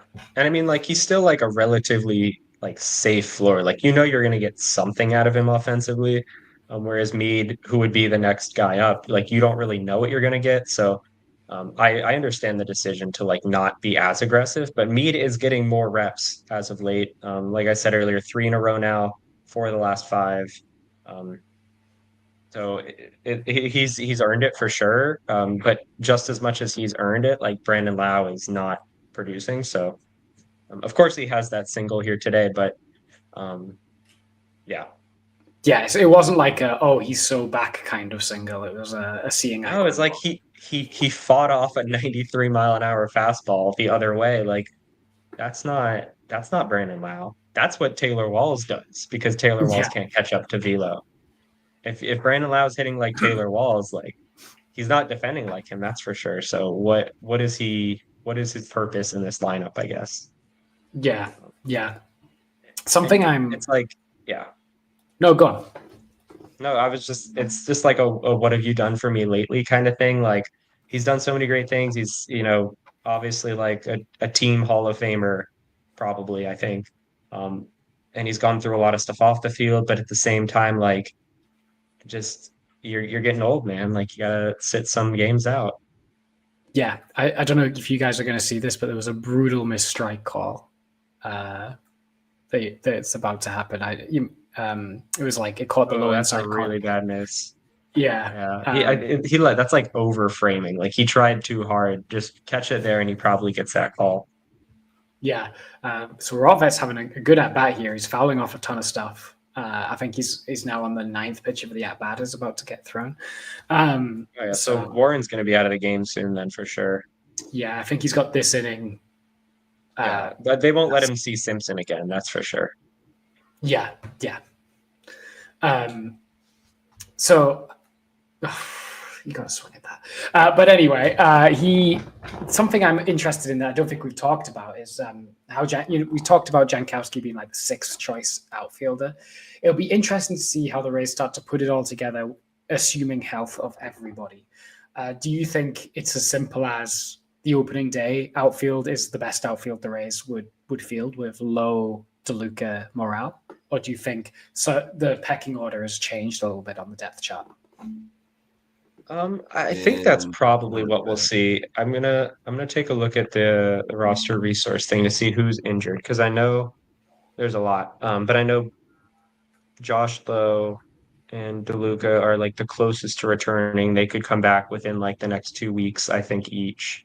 So then Jankowski goes down or gets DFA'd, whatever, for one of them, and then I don't know what happens with the other one. So I think Meisner is fully ready. It might end up being Mead. Mead might just got optioned because they are a little too Well, actually no, because they've struggled so much against lefties. So you kind of but you don't want to send Simpsons down. You don't want to send Simpson down. Well, you could. I mean, that his defense has not been it's been okay, but like when it's been bad, it's been really bad. Yeah. And like I think it's not like he's not PPI eligible, so like there's not too much of an incentive to like keep him up other than like you think he's the best center fielder on the team, but like he's not. So yeah, I think it's either him or Mead might go down, honestly. Or him or Mead, because I think Caballero's safe as like the backup shortstop. Yeah, you do need a second shortstop just in case, I think. But somebody might get injured in the next 2 weeks, and then we won't even have to worry about it. So it'll sort itself out, I'm sure. Yeah, I think it was you that said that. What is it? Log jams are a social contract. It's fake. Like eventually somebody, and then with like Kim, he's going to be around in July, so you're gonna have to like figure that out. I think Mangum goes to AAA when he's healthy. I think Palacios will slot in somewhere on this roster. I don't know where, but I think he'll be up too. So it's like you've got like one spot for 4 guys essentially. McClanahan, they'll figure out a way to get him on. I think it'll just be like Englert or someone goes. I don't know. They'll figure it out. Somebody will get hurt. Yeah. Josh Lowe, do you think? So I'm starting to grow genuine concerns about Josh Lowe's future as a major league starter, just because of the health, Yeah, right? his bones And are made out of glass. yeah, his oblique is definitely made out of like paper mache. Yeah.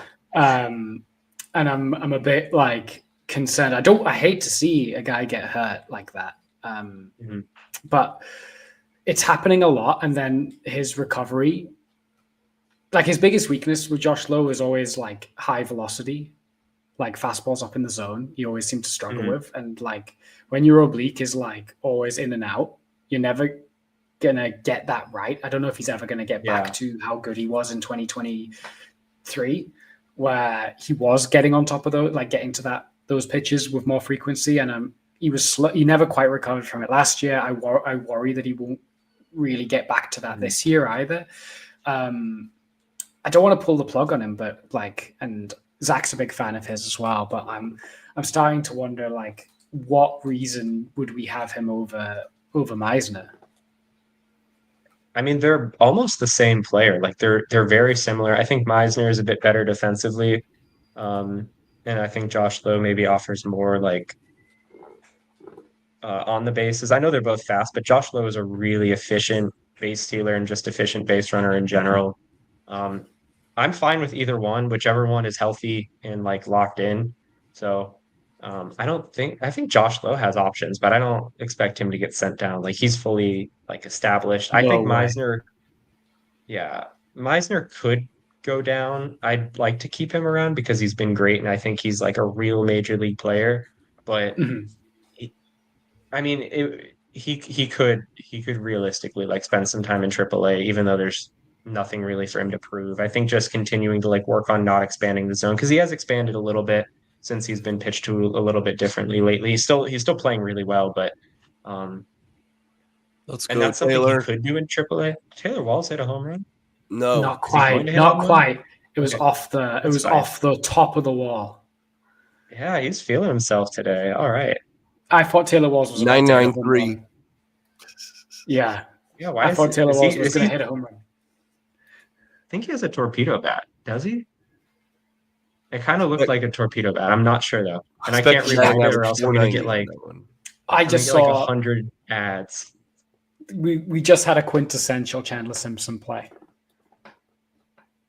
I'm excited. And we see like one or two of them a game, and they hype me up every time. It's exciting. He is so fun to watch because he's just game breaking. Also, Jason Dominguez is so bad. Like that was a catchable ball. Like I'm glad Walls hit the ball like relatively hard, but ground ball up the middle. He's gonna be safe. Yeah, that's easy. Wow. That's a routine play, man. That's crazy. Yeah, like so good. It's game breaking. It's like it's a glitch. Yeah, speed, sweetheart. Why were they not shaded more? Well, I guess they was shaded kind of up the middle, but that was just a well placed ground ball. Like if he just does that once or twice a game, like he's gonna get at least one hit out of that. Wow, like that's so cool. Unless it's hit right at a guy, like. You've got to make a really good play. Oh, but actually, what happened? So, double steal. Kind of. Well, Walls was on third already, right? Does Walls steal home? Am I going to see a steal of home? Oh, no, sorry. This is a confusing play because the camera angles are strange. Okay. So I'm on the Yes broadcast, so maybe we'll have better angles. Walls is on third. Okay, so what happens is Simpson goes early and gets picked off, but then they try and get Walls leading off third, and they don't get him, so Simpson goes to second. Yeah, they screw up because they give up on Simpson, which is just bad. They had Simpson dead to rights for the final. Really poor, poor defensive work there. They just gave up on him to go to third. Yeah, wow. With 2 outs, which is that was crazy. It's 2 outs. Yeah. I want Brandon Lau to make him pay. This will be my last half inning here. I've got a stock on the stove. I'm about 4 hours into it. I got to go check on it. I got to go use the little boys' room. Got some stuff to do. But it was good being here. I hope we get to leave on right off into the sunset here with an 8-0 lead. Brandon Lau homer. Let's go. Yeah. We're manifesting. After all the talk we had about Oh, Brandon Lau. I thought you guys were like ahead of me and you No, saw no, me no, on no, my no. home run. We're Okay. putting this energy into the universe. That After was a all the good frame talk for we've strike had, one. Lefty on lefty is tough, and Matzik throws like, I mean, he doesn't throw hard, but he throws 94, 95, and that's enough to beat yeah, Brandon Lau these days. and he's tough on lefties, Matzik. He is tough. I would on lefties. just if I'm him, I'm just throwing fastballs in the zone and like make Brandon Lau prove that he can get up for it. Well, 'Cause, that's like, ball four. Brandon Lau walks. why are you can't be scared? There's nothing to be scared of with him. If you With 2 outs, you like, got a challenge. yeah, you just throw fastballs. Like it's you're down 5-0 already. Like who cares? Yeah, Bases they're juiced for showing the replay on Yandy. the Yankees fans and the broadcast really don't like Jason Dominguez that much. They Wow. loved him when he was signed for like $5 million as an international signee, and he was, the next Wander Franco or whatever. But Let's hope he's not. they don't like him. Yeah, well, letting it bat Wouldn't from it? Bilao. Yeah. It's always nice when he doesn't have to swing. If he doesn't have to swing, I'll take it. Because he's either going to hurt himself or he's going to hit a ground ball, double play, whatever. Well, I guess he couldn't get a double play here. 2 outs. Yandy goes the other way on a liner, but it stays up. Right fielder catches it. That's fine. He's been really good though. He's finally back to his like right center field approach, like looking fastball. And if he's early, he pulls it. If he's late, he's on time. Basically, his bat speed is excellent, so he can get up for that. I kind of want Caminero to do like a similar thing, but I think he's got like more juice than Yandy, and he could do more damage if he pulls the ball more. He is hitting a lot of ground He'll figure balls it at the out. moment, Caminero. Yeah, because he just swings at everything, and it's like just because you can make contact on everything doesn't mean you should swing at everything. So he'll figure it out though. His brain isn't even fully developed yet. Right. Yeah. So he's a child. It's fine, but not in a bad way. Like it's just he's so good and he's so young.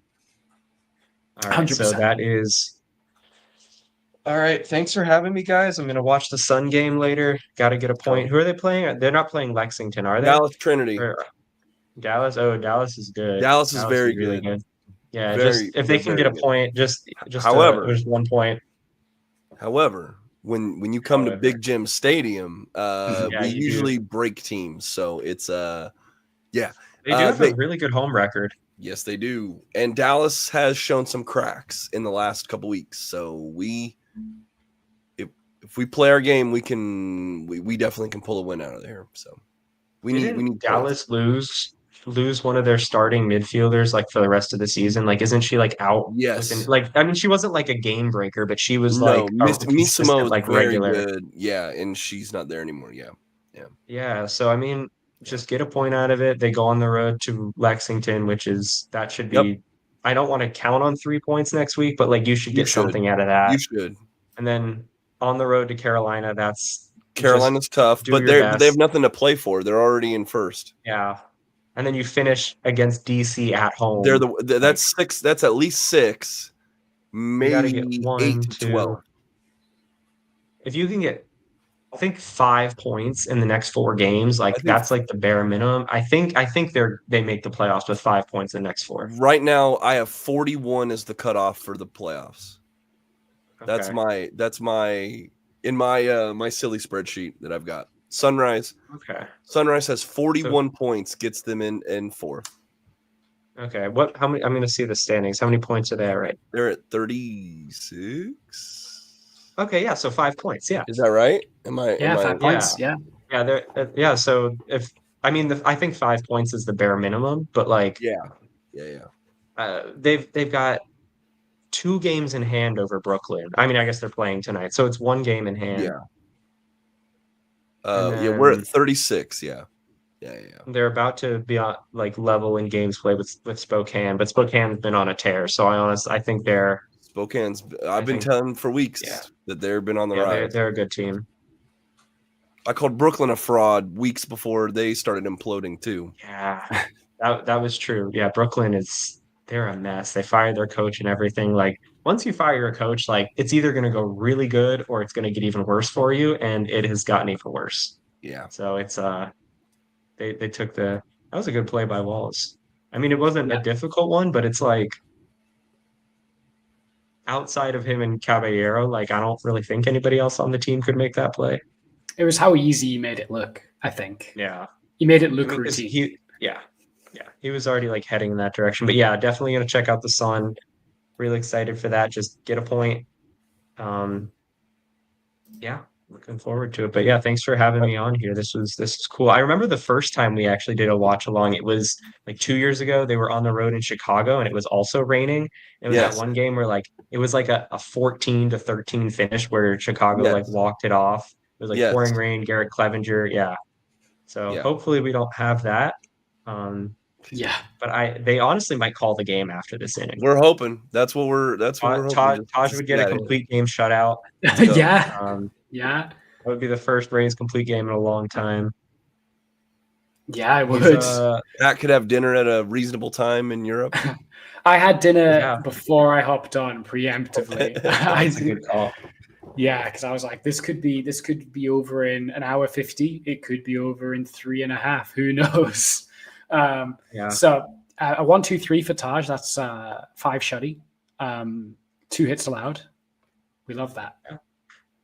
Only 1 strikeout, but he's the defense has been good behind him. Aaron Judge hasn't shown up really, so we'll take it. Lots of soft contact. We take it. Yeah. All right, I'll see you guys. Mr. Whitelaw, thank you, sir. Have fun the rest of the game. Yeah. Enjoy the Curtis Mead show here today. We need to see what results of that stock when you're done, buddy. Yeah.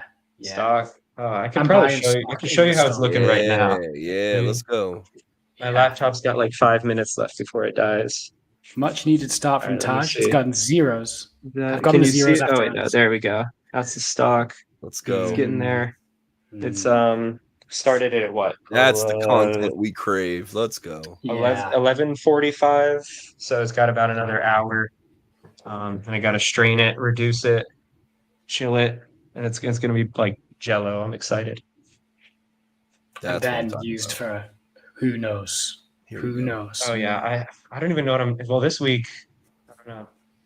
I'm gonna. Yeah, I really don't have it. Well, I might make some mac and cheese this week, so I could probably use that in some capacity. Maybe like a cup, just to like thicken it. I don't know. We'll see. I just like to keep it in my freezer. All right, my man. Well, thank you, sir, for showing up. Have a good one. Thanks for having me. You Have too. fun. See you later. Raise up. Thanks, Ben. All right. So it was so nice to have Ben on. We love to have him. Yeah. And now I'm jealous that I'm not eating dinner at his house. I have smell-o-vision, so I'm just like, oh, this is great. Thanks, internet. Patreon exclusive. You get to you have to pay extra for the smell-o-vision. If we ever get a Patreon, and then whenever I'm on camera, you smell beans on toast and fish and chips. Oh, hell both of which are like the nicest smells, I guess. So if you're in New York, what's your rainy day go to? Like, I mean, you're in England, so you get a few of those every once in a while. Yeah. So is it beans and toast? What's the go to? You know what? I don't just eat so beans normal and that toast there's much. no like beans. I'm not a big baked beans guy. I know like Britain in general like their baked beans. I'm not a big baked beans guy. I guess my like rainy day like comfort meal is probably like it might be like mac and cheese, to be honest. Ooh, okay. Yeah, I like mac and cheese. I'm a big chicken noodle soup guy, or a chicken dumpling kind of thing. Like yeah, I do like a good ramen as well. Ooh, I like ramen. solid. Yeah. But if you got to make a nice stock for it, that's the key for that one. And we might need to hire in Ben for that. Yeah, Johnny Aranda's just went the other way. He's got another hit. He's having a heck of a day on 3 times today. This is great. You tell me the future, and then I get to see it. Yeah, that's 10 hits for the Rays today. And that's probably going to be a hard hit ball as well. But yeah, I feel like British food gets hated on too much. That's what I think. I think we are like, I think people like often pull up the toast sandwich Found And the hole. Good job, Aranda. The toast sandwich and the beans on toast and things like that. Yeah. But like, I don't think they are like actually like what British people eat. 1021. Added to the thing. That is we're at what are we 6 now? Yeah. We got I mean, Aranda, Yandy, Lau, Yandy, Mead, Yandy. 7. It's 7. 7. We're doing 7 now, and that's we got 10 hits as well. So we're doing well. I feel like something the UK does better than America. It's 2 things food wise. Okay. I think we do roast dinner. Do you guys even do roast dinner? I guess you do. Thanksgiving, right? Yeah. Usually, I think we do it better than you. Okay. Because we do it more than once a year. So we practice it. I mean, it depends on what kind of part of the country you're in, but yeah, because like my wife loves to cook chickens and turkeys and stuff like that. So I'm probably atypical that I get to enjoy that a little bit more. But yeah, as a culture, yeah, you don't just go down to the restaurant and get a roasted, full roast chicken and and vegetables and gravy and Yorkshire puddings. Do you guys even eat Yorkshire puddings? No, I don't think so. They're like an essential part of the roast dinner. It's like kind of cooked batter, I suppose. Yeah, not really. No. I think you'd love a Yorkshire pudding. Okay. I think you'd love them.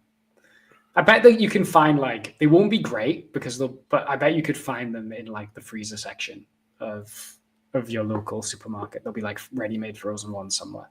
I mean, it's eggs, milk, salt. Yeah. Okay. Yeah, they're really simple and it's they're like tasty. It's like like gooey on the inside and but thick on the outside kind of thing, like a crust. Yeah. Okay. They're good. And basically you just pour your gravy all over them and it's good. Okay. Yeah. And then I think we do like fry up breakfasts really well. I think they're the 2 things British people don't get enough credit for. Okay, now I have to Google this. Like an English breakfast. So that's like bacon, eggs. I mean, my friend, you must come to one of our like numerous diners that like a true like an American diner is like because man, you get some steak and eggs or some like what do we do omelets, I think is a big thing. Yeah, you do guys you do really good omelets, and what you do I think better than us is variety in breakfast. So like there's our like breakfast toasts and the like pancakes and stuff like that, and then meanwhile we just do the fry up. We do the bacon, egg, sausage. Well, see, we don't do beans for breakfast. Yeah. Like we do. We don't do beans for breakfast. Listen, there are problems with it. We do beans, and we do like we just like cut a tomato in half and like put it on the frying pan for like 2 minutes. But like a big old couple things of sausage and some eggs. I see the tomato. Oh my god, it's a tomato. Nobody has ever asked for one. That's the thing. They just are there, and I think it's like a conspiracy. What is it? Part of your 5 or whatever they call it? Yeah, one of our 5 a day. One of your 5 a day. Yeah. Sometimes we have black pudding as well. Is that a thing you guys? Yeah, we don't do that. Yeah, I don't. It's tasty, but it's like I can totally get why people are like, "What? Yeah, why are you eating that?" Well, so then you start getting into. Do you get into? You get like soul food and Southern cooking. That's what we do not do. Yeah, that's what we don't do. That would be out of the depth over there. Yeah. Because I mean, then you start. There's some weird ingredients and gizzards and feet and tongues and all types of stuff that goes into some of them. You start getting to the fringes of some of that cuisine. Like, yeah. I think the great thing about America is it's so big, and they've got like so many different styles that certain places specialize in stuff and do it really, really well. Well, it's like I don't want to say colonialism like did good, but like, the way the cultures that kind of fed the different areas of America.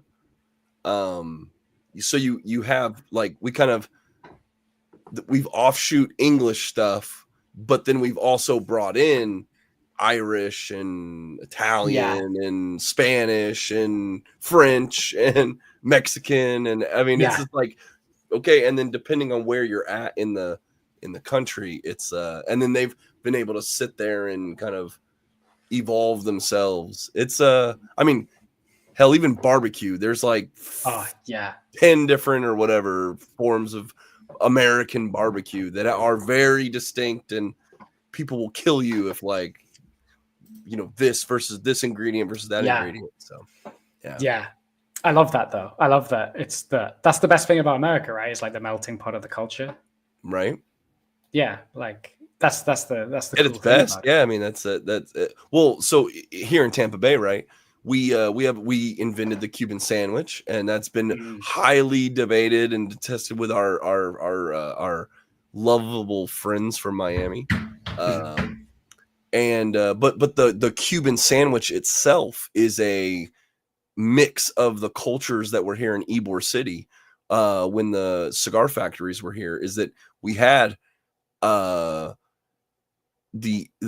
Italians and the Germans and the Cubans and all this stuff, and so that's why a Cuban sandwich has salami on it, because it's got, you know, mustard from the Germans, and it's got the roasted pork from the Cubans, and you've got the Italians and salami. Like it's all the pickle. It's all in there.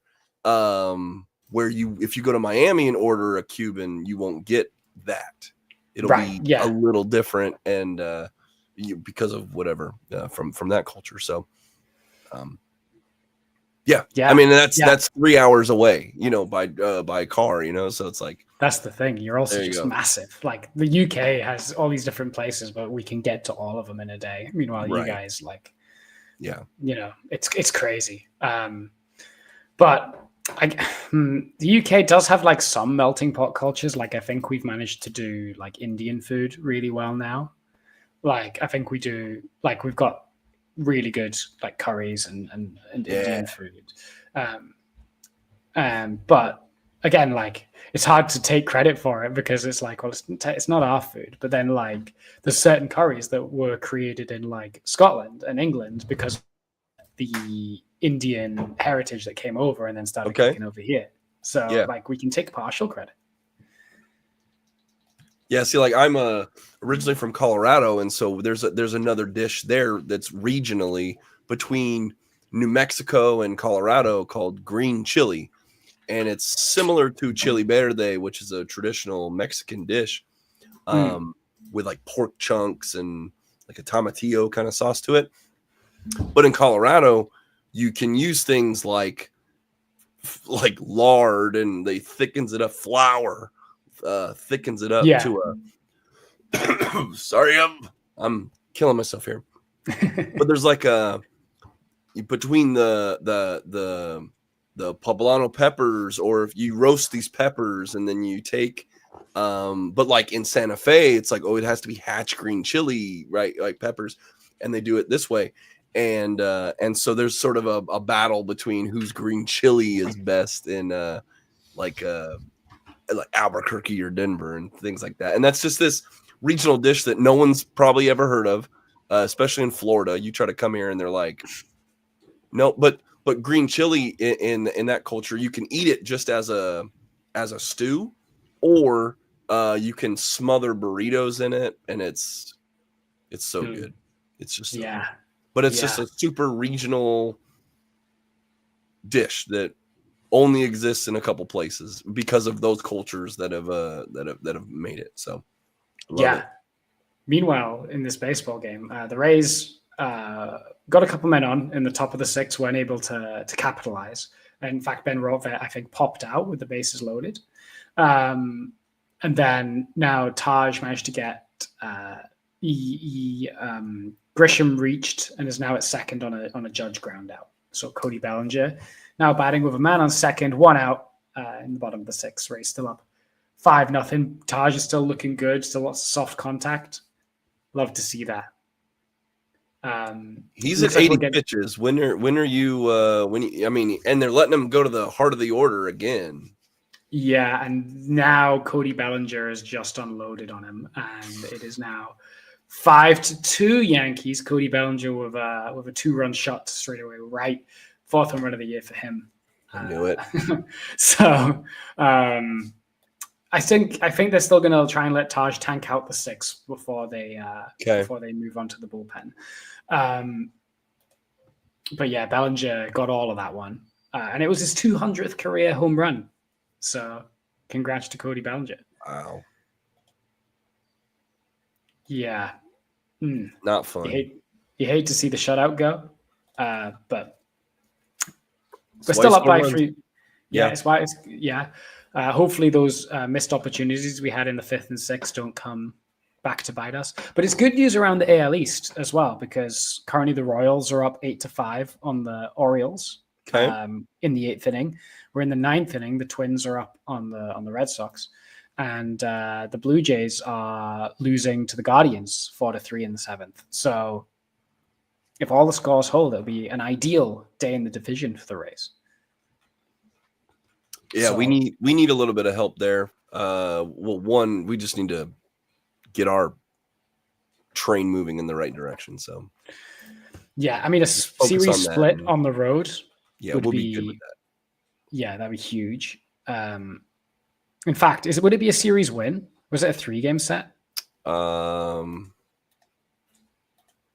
This is the 3rd game of the series. Yeah, so it could be a series win on the road at Yankee Stadium. Yeah, that'd be huge. Yeah. That'd be huge. I'm just so disappointed with that Royals series, man. That's what I was going to say, is coming home after being on the road that long and then just dropping 3 to the Royals, not fun. Yeah, on a W5 coming home after like sweeping the Padres in their own yard. Yeah. Where they were like historically good at home to begin the year. Yeah, it's tough. It's tough. You wanted to win one of those at least.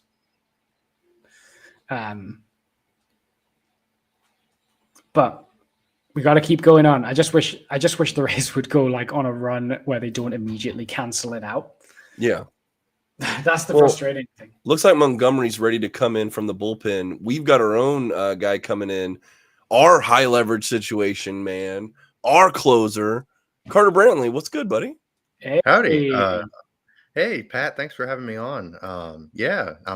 I was watching Thunderbolts in the theater, which I was surprised. I liked it. Like, I thought it was fun. Are you a Marvel guy? Like, was this a? I mean, there's no wrong answer. Everyone's different. No wrong. I don't know if I'd call myself like a Marvel guy. There was a person surprised. You're like, oh, I liked it. Yeah. Well, like, it's just, Marvel's kind of been in the crapper for the past, like, for a while now. So I kind of had pretty low expectations for it coming in because, it's just, I don't know, more Marvel slop. But yeah, it was pretty good. I was surprised. I thought it was fun. I thought it's no Citizen Kane or anything, but it's it's a good time. Yeah, I'm glad to hear it. I'm glad to hear it, man. Taj has come out of the game now. He walked, I think it was Goldschmidt. No, Dominguez. He walked Dominguez, and they're gonna make the move to the pen. So 5 1/3, 2 earned for Taj. Solid I was start. happy to see Razor winning, man. That's hype. That's hype. Yes. Yes. We saw Johnny Aranda go yard earlier in the game. There you go. Okay. Yeah. Taylor Walls almost went deep as well. He hit a ball off the wall. Went off the wall. Yeah. Yep. Walls off the wall. It was almost 100 miles an hour hit too. It was 99.5, I think, was the Got to go on the mantle. Got to go on the 95. Yeah. It's like 3 other baseballs up there. 2 of them were batting practice. And Chandler Simpson has been wreaking his usual havoc on the base. Yeah, there was an MLB notification. It was like Chandler Simpson shows off his speed or something. But, twice now, I think. Twice in this game. Twice. Yeah. Didn't they? They stole like 6 bases yesterday, right? Or something yes, crazy. They did. Yeah, that's nuts. Good for them. That's cool. Jankowski's had a good day as well today. Very nice. Yeah, so that's what we're catching you up on. Yeah, I appreciate it. I appreciate it. Yeah, No, I've got it's it no on problem. my phone. Sorry, and I've got it set up on my computer. So No need to apologize. I mean, I guess we should ask you like how you feel. It's been a while since you've been on. It's been a couple of weeks. How are you feeling about this race 2025 at the moment? Hopeful but not like super pleased. Definitely Yeah. that things can get better. I'm definitely, not the season's over, none of that stuff. Yeah. Like they've to play like as weirdly and as up and down as they have, for them to have the record that they do. They're still very much in it. So it could be a lot better for sure. Like the play could be a lot better. They could be actually, looking like a major league team against left-handed pitching. But there's it could also be a lot worse. They could be the Baltimore Orioles. They could be the Colorado Rockies. So they're very much in contention. Unlike the Orioles, they've got reinforcements coming to arrive to help the areas where they need help. They're going to have Kim, they're going to have J-Lo coming back too, not Jennifer Lopez, but that'd be fun too. But no, I'm definitely, cool with where they're at. Definitely could be better, but not super upset. I'm hoping Montgomery can turn it around. Because he's got such filthy stuff, but man, when he gets rocked, he gets shelled. Like it can be a tough watch, but but we'll see. Yeah. He's had it rough. Usade's had a bit rough. Yeah. It's been a funny old, like with a bullpen, we expect it to be so dominant. It's still been like good, but hold on. What a play. He's a little bit ahead of me, so yeah, you're a little bit ahead of me too. My apologies. No, that's okay. I don't know how I'm getting the feed before you guys all the way. Yeah, geez, all the way across the pond, and you're getting. I know, right? Earlier Mead turns an excellent. Ooh, Curtis Mead. Yeah. Crikey, what a play! That's my. Ooh, hot corner. Yes. Yeah. Wow, look at him flashing the leather. There we go. Ben Whitelaw said an inning ago, "Welcome to the Curtis Mead Show," and that's right. Heck yeah. Prophecy. Yeah, I'm super pumped for Curtis Mead. I would love for him to get more playing time. I don't know that there's a spot for him right now, but I would love for them to figure out a way to give him more playing time, because he's. I think he's on the way up. I know he's been awful to start the year, but I think he's on the way up for sure. Yeah, it's one of those where he had that amazing spring, but then they like immediately put him into like a bench role. Yeah. Right. Then he lost all his momentum. And then it's like, hey, what's the easiest way to cool off a bat? Let's make him a short side platoon guy. Like, the automatic just like death to any momentum that you might have had. It's tough, but I also understand like where were they going to put him? You know what I mean? So I definitely get why they did it, because they couldn't have been justified sending him down either. No, I don't think that really would have helped either. So it's one of those tricky situations for sure. Yeah, I think he's getting a run of starts now. This is his third in a row, and I think they'll just continue to try and fit him in where they can now. Like, for example, Caminero, when he needs a day off his feet, when Lau needs a day off his feet, let's just get him in. And this was against a right-handed starter as well, which I think is a big telling sign that they're starting to trust him a little bit more with these regular ABs. So it'll be interesting to see if they continue to try and just like find him spots in the lineup, or if this was like an aberration. I guess they're against Zach Wheeler in their next game against the Phillies. I don't know if he'll get put in the lineup for that game. Yeah, Wheeler's filthy. He's a tough matchup for, everyone. So that's going to be a tough one. I'm excited for this Phillies series, though. I think that's going to be some fun ball games. Especially they're a really good team.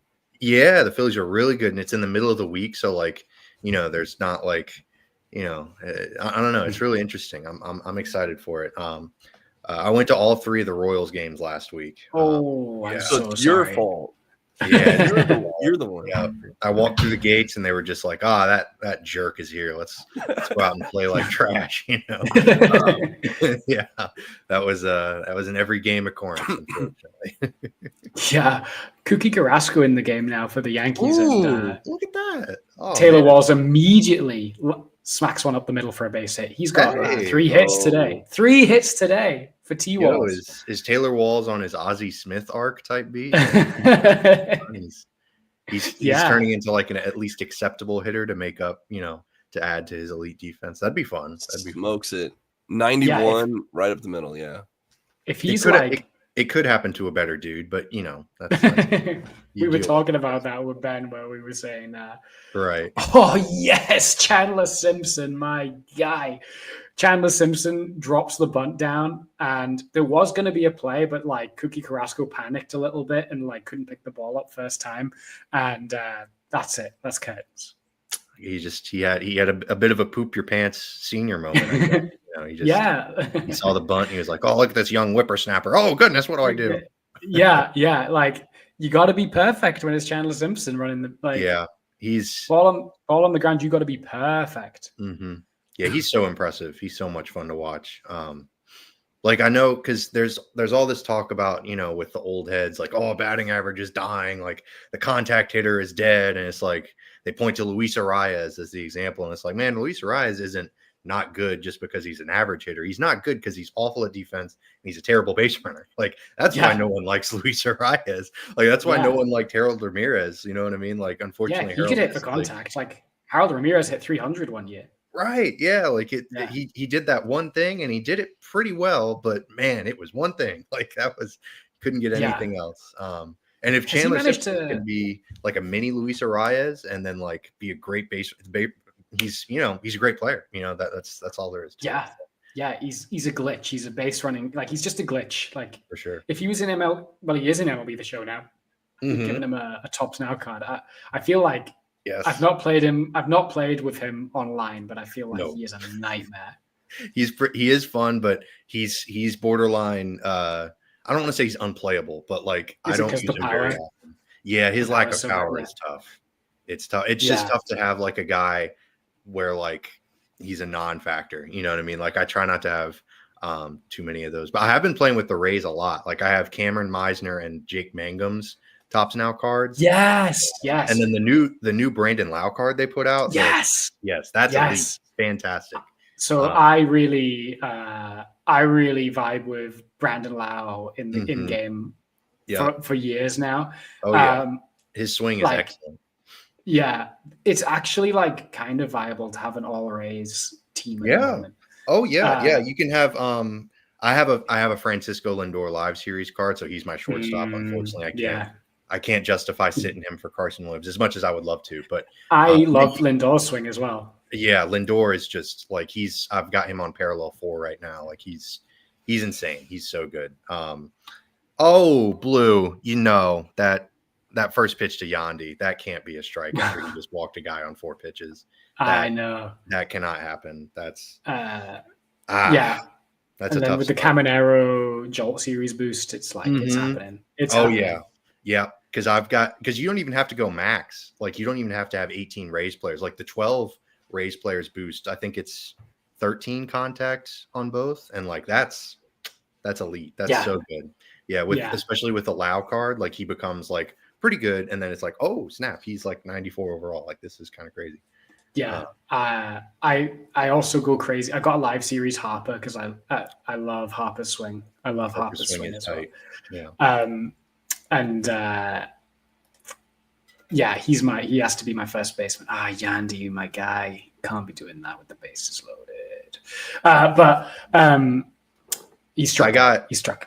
I somehow, I'm a pitch behind, but I somehow lucked out and got a Shohei Ohtani Live Series card from an MLB The Show pack. Like most expensive card in the game, and I just I pulled it. Yandy, good lord, that's terrible. It's not very Yandy-esque. Yeah, that was a Christopher Morel swing right there. All due respect to Christopher Morel, because Christopher Morel's having a great year, but he takes those swings where you're like, oh, he didn't know what was coming there. With a Jose Siri type beat. Yeah, Jose Siri, that's a better comparison. Yes. Please save us, Jonathan Aranda. Save us, Jonathan Aranda, please. And I guess my best pull is Jose Ramirez. I got Live Series Jose Ramirez. See, I know I'm sounding like a greedy person right now, but I would rather have gotten Jose than Shohei, honestly. Like Jose, Yeah. the switch hitter, like he's so much fun. Oh, that drives home too. And he gets to third. Wow. Jonathan Aranda, you're truly the man. Wow. 3 driven in for Aranda today. Yeah. I'm trying to big day. It's now 7-2 Rays here in the 7th. No, in the 7th. And first and third one out. Wow. Aranda's like the fact that he was able to just like that's so crazy to me. Like his bat to ball skills are just really impressive. He's put it together, and it doesn't feel like a mirage. Because he's hitting the ball hard. Like he's not just getting lucky with some Babbitt magic. Like he's putting some good swings up there. Meisner too. I love Meisner's Tops Now card is really fun, but Meisner, obviously the real player, is also really good too. Meisner's just a carbon copy of good Josh Lowe. Yeah, absolutely. A lot of power, some speed, pretty good outfield. I think he might be a better outfield defender than Josh Lowe too. Ben was saying that. Yeah. Because he can play center. Like he's just like a very, he's a competent defender out there, which not saying that Josh Lowe was horrible or anything, but you couldn't put Josh Lowe in center. Like you're not super stoked about that. I slept on Meisner big time. Coming into this season, I didn't expect that we just had another Josh Lowe sitting in the back. For sure. I was hopeful that he'd be like a solid, just like defensive fourth outfielder type of guy, but he could be like a starter for like the next few years. You got to wonder with Josh Lowe, when Josh Lowe comes back, like, do you send Meisner down? It's hard to fathom. Yeah, I think that. I mean, I'd imagine they probably get rid of Janikowski first, or am I? Yeah. Jankowski would go first. Almost plunked Curtis Mead. Oh my goodness. Yeah, because Janikowski's a really fun veteran. Like I wish him all the best, but he's done his thing, done his role. He's done his thing. Oh, come on, Curtis. Oh my goodness. He was trying to hit that one to Yeah. Unfortunately, I'm going to spoil it. He flies out to center, ending the inning. Darn. That's all right. But the Rays tack on 2 in the inning, and at the stretch, they're up 7-2. So if the rain does hit, you could feel like you could call this game early and give the Rays an early dub. Yep. Yeah, and getting like bases loaded, no outs. If you get 2 runs out of that, that's cool. Like that's what you're supposed to do. And 2 errors for the Yankees. What'd they do? Do you all remember what they were? I think they were both the shortstop Peraza. Oh, yeah. Waldo's playing out there. No Volpe. That's funny. They saw that play last night, and they were like, let's get him out of here. But yeah, he had a couple of plays that he probably should have made that he didn't. There was nothing like crazy bad. I think the only thing that I was like, oh my gosh, what are they doing, was just before you came on. Chandler Simpson essentially got picked off. Like he went to go steal too early and was like dead to rights with 2 outs. But they decided to try and pick off Walls at third and gave up trying to run down Simpson. And then Walls got back to the bag, so everyone was safe. Oh, yeah. And you were like, with 2 outs, why are you trying to get the runner at third when like Simpson was caught dead? Like it was very scary. Yeah. I guess they were worried maybe that like Walls would try to score on that, but that's still weird. That's there's that MLB Now show has like unbaseball-y plays of the day, and that might make that segment because they just show off like not even necessarily errors or like physical errors. It's more like just like dudes being stupid on the baseball field type of thing. That'll probably make the list. That reminds me, was it a left-hander pitching or was it? No. It was Warren. Oh, it was Warren. Okay. Because there is this play. I mean, I'm sure it doesn't work at the major league level, but like we had a play in high school called like the dummy lefty, where it was first and third, and it was a left-handed pitcher on the mound. The runner on third would take off, and then the runner on first would go like simultaneously, so that the left-handed pitcher would be like, "Oh, there's a guy going. Let me pick him off," and then the guy from third would score. It never worked because it was only on my JV team that we ever tried to pull it off. But Yeah, it was this dude, Love James that. Lawrence, on third base. He tried to steal home basically because he ran too late. He ran as soon as the left-handed pitcher picked his leg up, and then he tried to truck the catcher, and then he got tossed from the game because he tried to truck the catcher. It was just like L. Oh, dude, yeah, poor That guy. is a womp womp. That is a Yeah. womp womp. Very much. A womp. In good news around the AL East, the Red Sox lost to the Twins today. The Orioles are still trailing the Royals in the 8th inning, 9-6, and the Blue Jays are behind on the Guardians in the 8th as well. Very cool. If the Rays can hold on and the other results hold, they'll be the only AL East team that wins, gain a game on everyone. Yeah. Ideal day. Indeed. So, yeah, the one thing I wish on MLB The Show is they've only given one good pitcher to the Rays. Yeah. Like, they've got the McClanahan cards, but after that, like, they've kind of given up because, like, they underrate the Rays on the live series stuff. Right, yeah. Like, Montgomery's like a 64 or 65 or something. Yeah. They always do that every year. It's like they have, like, these Rays pitchers that, like, you know, that I understand though, you can't just like reward someone because it seems like they're probably going to be good. Like, you have to wait until they're actually good to give them good attributes. Like, I get where they're coming from, but you know, it's like clockwork. So, you know, you can count on the Rays producing like 3 or 4, you know, common players that turn into silvers by the middle of the year. I wish they would, you know, catch on to that. But I like Joe Boyle, the Joe Boyle. The Joe Boyle card, I forgot they gave the Easter egg card to Joe Boyle. Yeah. It's kind of fun, but he's definitely, you know, he's only an 86 overall. Like, it's I think McClanahan's like an 87. It's his is really good. But they gave because I run 2 teams. I run my like good competitive team, and then I have my all Rays team. Oh yeah, I have which I usually run on like conquests and stuff. Right, for sure. Yeah, I feel you.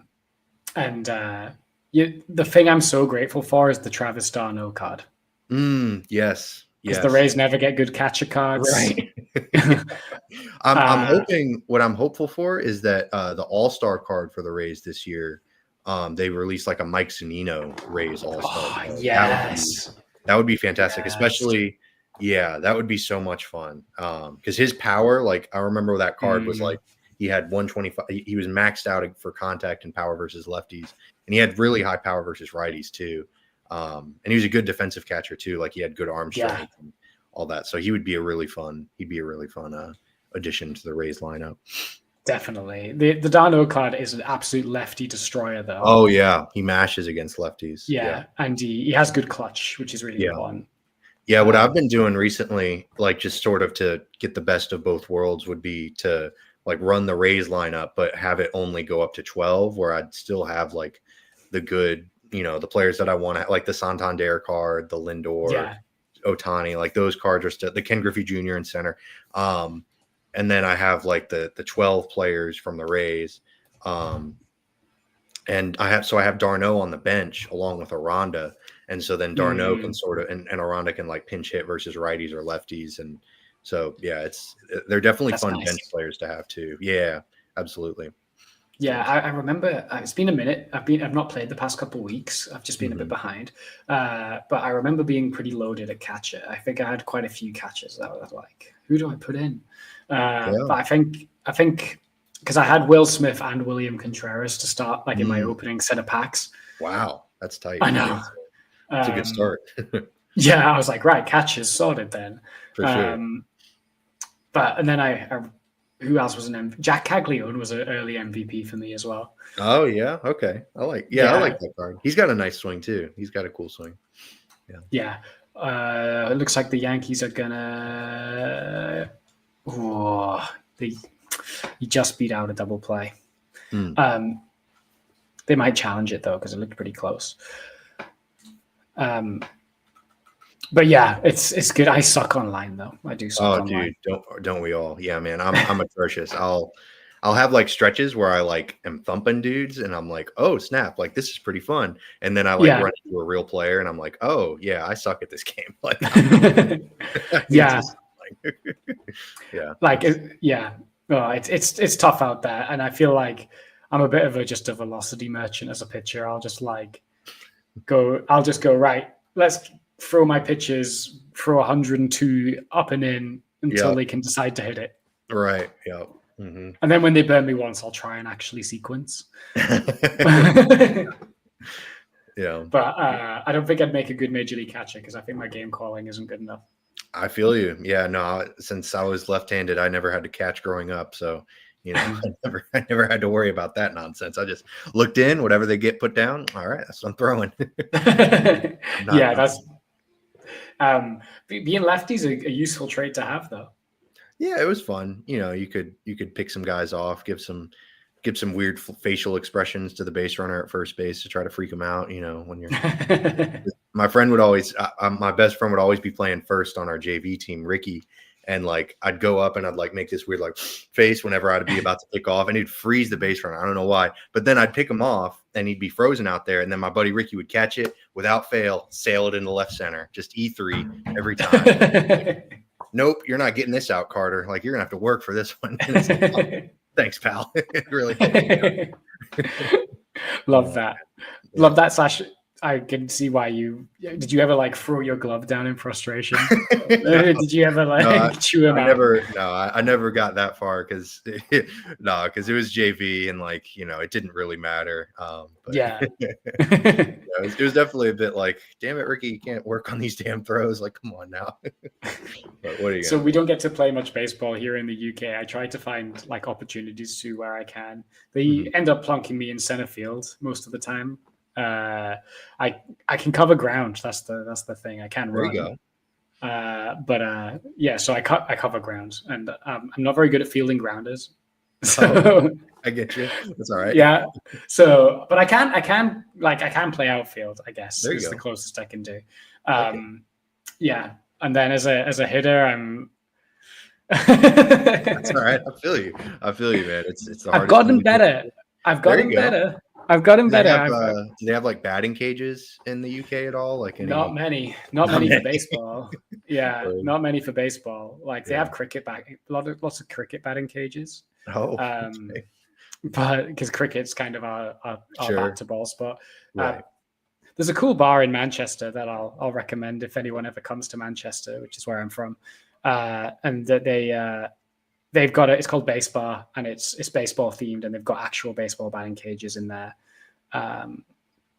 Yeah, it's crazy. Not but it only throws you like into this. Yes. Yeah, they throw you like not real baseballs. It's kind of like softer balls. Oh, that's okay though. And I'm sure it's like a safety thing. Well, there's drinking involved. Yeah, and they're definitely not pumping like 90 miles an hour at you. But for sure, no, absolutely. Yeah. I mean, no one goes to a batting cage that's like a normal person that's, trying to hit 90 miles an hour. We're trying to feel good about ourselves. We're going to set that thing to like 60 at most. Yeah. I'll send a clip into the Discord of me there doing some batting cage. Hold on. So you can rate my swing, I suppose. Heck yeah. We got to send your clips to Driveline, then can get on there and fix your biomechanics. And yes. Get your hip load right and get your, all that stuff. Yeah, and I will be completely useless, and it'll be great. Hold on. Yeah, that one will do. And one's in slow-mo and one's in regular motion. Was it the Edgertronic cameras? They had the frame by frame video. No, it was just my buddy behind me. But there you go. Put him in the Rays Discord. All right, let's check this out. Yeah, we got to see this. Here we go. Oh, it's glow in the dark too. That's cool. Yeah. Okay. Oh, wow. All right. And you got to hit home run. Yeah. What the hell is 4? So it was like point scoring as opposed to like. Yeah, but a home run. Okay. So a home run was like 5 points. Okay. Oh, okay. 5 home run is 5 points. Wow. Yeah. I was like, this is some. Yeah, it definitely feels like if like Americans tried to make like a a soccer, like, Yeah. a football, well, because in cricket there's it's a 6, right? If you hit all the way out. If you hit it out, yeah, it's a 6. See, look, I'm cultured. Yeah, and then if it bounces or like rolls to the edge, then it's 4. But in cricket, you can hit it in any direction. There's no foul balls. Yeah. You can it's considered one of the hardest shots to do it, but it's great if you can pull it off to like hit it behind you. Oh, okay. Yeah, it's like a scoop shot. Gotcha. But cricket, you're saying that if Brandon Lau is slow at 93, he should just go to cricket, and actually being behind the ball, he could hit it. Yeah, he could. That'd be great. Like you're supposed to kind of slap it all over the place when you're playing cricket. But cricket is like, so baseball is very much like advantage pitcher, right? Most of the time. Yes. Mm-hmm. Meanwhile, like cricket, it is hugely advantage hitter. Like most cricket games will be like 100. Like if you do a one-day cricket game, it'll usually be like 110 to 120 or something like that. Right. Yeah, I've seen those scores where it's like a basketball game. It's like, whoa, like what the. Yeah, like it's cool because like you don't even try to score a run every time you hit it. Like it's all about just like survival. So you stay in the batter's box until you're out in cricket. Okay. So it's you and one other person in the batter's box, and you like exchange ends every time you run. Like every time you get a run, you swap ends. But so yeah, you stay until you get out. So you could, in theory, be in the batter's box for hours. Wow. Man. Yeah. That's intense. And like, I guess like this is like the basketball triple-double equivalent, where it's like, whoa, what a game! Like you can score 100 runs as a batter. Wow, just yourself. Yeah, man. You could stay and score 100 runs, and that's like, I would say that's like the equivalent to like a triple-double in like how much it happens. Like it doesn't happen every game, but it like happens like when you're really good, you can do it every now and then, and it's like, wow. Gotcha. That's cool. Yeah. Man. Triple-double, you say? Oh, I feel like I'm missing something. No, it's a Denver Nuggets and American, NBA stuff. Denver Nuggets. Yeah, they won last night, so he's in a good mood. Don't bring that to the RBLR Rays show. That's fact. I had 2 Game 7s and the Rowdies at the same time. It was insane. The Colorado Avalanche, didn't they lose? Like they did. They bottled it. They were up 2-0 and they lost. Oof. Because a player they traded away scored a hat trick on them. Oh man! To eliminate them in Game 7. That's nasty. That's nasty work. Yeah, that's brutal. Because that was not to continue to twist the knife, but isn't that like some kind of major sports record, like 7 consecutive games, 7 losses or something? Yeah, they're not very good. They haven't been very good in Game 7. So that's all right. It happened. Small sample time to be bad. Nuggets though put and it wasn't a big Jokic Murray game either. Yeah, they did okay, but it was Westbrook. It was Christian Brown. Like it was everyone else. Peyton Watson, loving it. Heck yeah. Now they're minus 900 underdogs to OKC. Yeah, wouldn't it be great? Wouldn't it be great if Shea gets the MVP, because he's going to get it, even though Jokic had the greatest season of anyone ever in the history of basketball, just by statistics. But who cares about that? Right. So Shea's going to get the MVP. He's great. But what if Jokic was able to dethrone he loses the MVP, but advances in the Western Conference? That would be fun. That'd be a fun. They're underdogs. Yeah, but man, look at Taylor Walls, 3 for 4 today. Walls is having a game, buddy. Yeah, the Taylor Walls game today. That's right. If he gets a home run right now, like I don't know what I'm gonna do. Okay, he didn't get a home run, but he's 4 for 5. He's 4 for 5. Yeah, he's 4 for 5. Wow. That's his 4th hit today. And he's made a couple amazing double plays today too. Yeah, he's had a good game in the field. Like MVP, he's my player of the game so far. This is his game right now. Yeah, maybe Aranda, between him and Aranda. But Walls I is feel like good. Aranda's going to get more. Yeah. Meanwhile, Walls. Well, this might yeah, be his Aranda's chance. 3 for 3, RBI. Yeah. Taylor Walls, third career 4-hit game. Wow, he really hit the crap out of that one. Jesus. We'll see an eye single. Hey, you know, Oof, right in there. they all count the same. A scalding line drive, And they were playing in on him too. yeah, because they said this square is not going to hit the ball that hard. Right? Yeah, They were right, but he just managed to find a little hole. Chandler Simpson flares one out to center, but Grisham makes a diving catch. Oh, stupid Yeah. Grisham with his handsome mustache. God dang it. So we're going to go to the bottom of the eighth. Rays lead the Yankees 7-2. Royals up 11-6 on the Orioles. It looks like the Orioles are going to continue their disappointing stretch. Man, I was just having this discussion in a different Discord about this. The Orioles, man, what a way to fumble like a pretty supposedly promising stretch of Orioles baseball. Like they have just bungled it. Yeah, I'm glad they've done it, but for sure, I'm also kind of furious because I'm like, what a waste, man. Like if I was an Orioles fan, I'd be livid.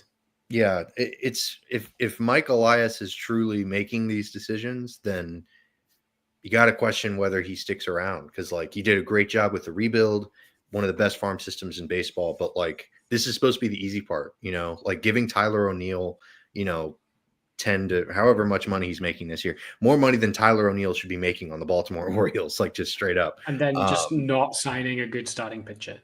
Yeah, Charlie Morton, marquee signing. Trevor Rogers. What's he up to? What I know what Kyle Stowers and Kyle Norby are doing. I don't know if they're both named Kyle, or maybe it's Connor Norby. Connor Norby, yes, Connor Norby. They give up two not high level prospects. It wasn't a lopsided thing, but they're both performing. And shout out Peter Bendix, former Rays, general manager. He's doing his thing out there. Cooking.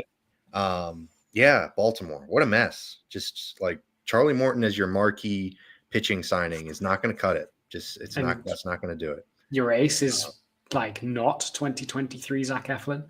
Yeah, right. Yeah. I don't know what they're doing out there. Were they just really banking on Grayson Rodriguez to be good?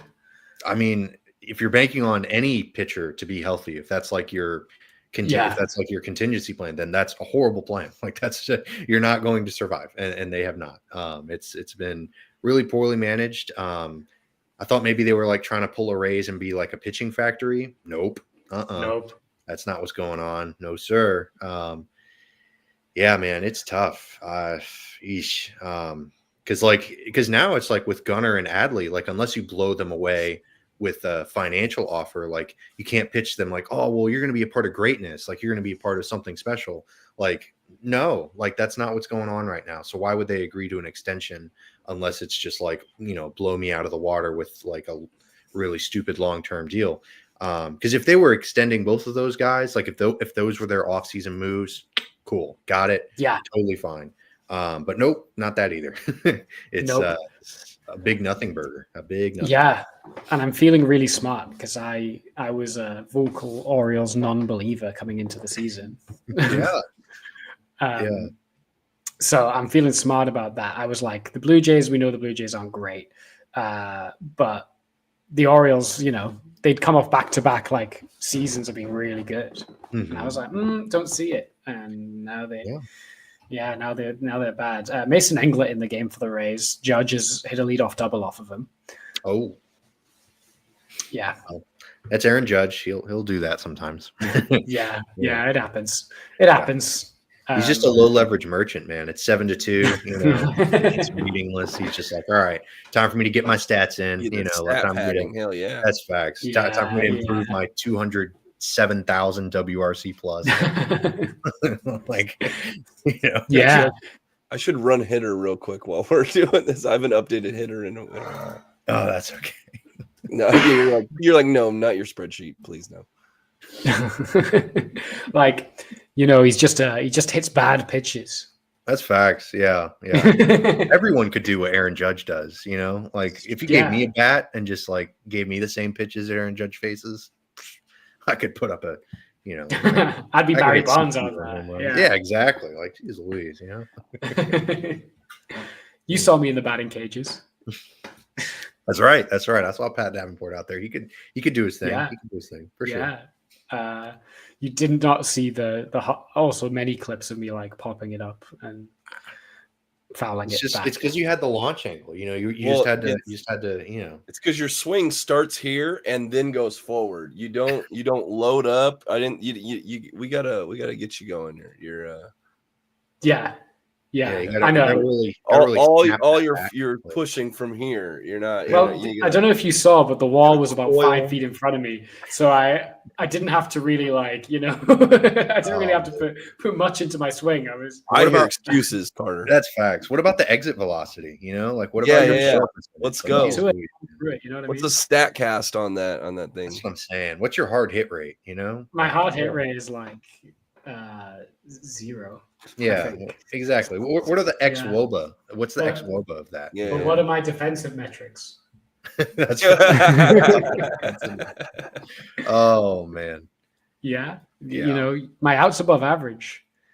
For sure. Well, no, for him it's defensive runs saved. Outs above average doesn't like it. Yeah, DRS. Yeah. So yeah, I save so many runs. That's facts. Yeah. It's crazy. Look at defensive runs saved. Like Danny Jansen is a great catcher according to defensive runs saved. Like it's kind of crazy. Yeah, it's like is that because it doesn't count framing? It only counts like like blocking. It's not great at evaluating catchers, but it is just kind of a funny dichotomy. It's like, wow, y'all kind of know, but y'all sort of know ball, but like, oh man, y'all really don't know ball. Like, y'all like, come on now. Fangraphs have some funny metrics. I think. Like, Fangraphs does. Yeah. I'm not a big FIP guy. I'm not a big FIP believer.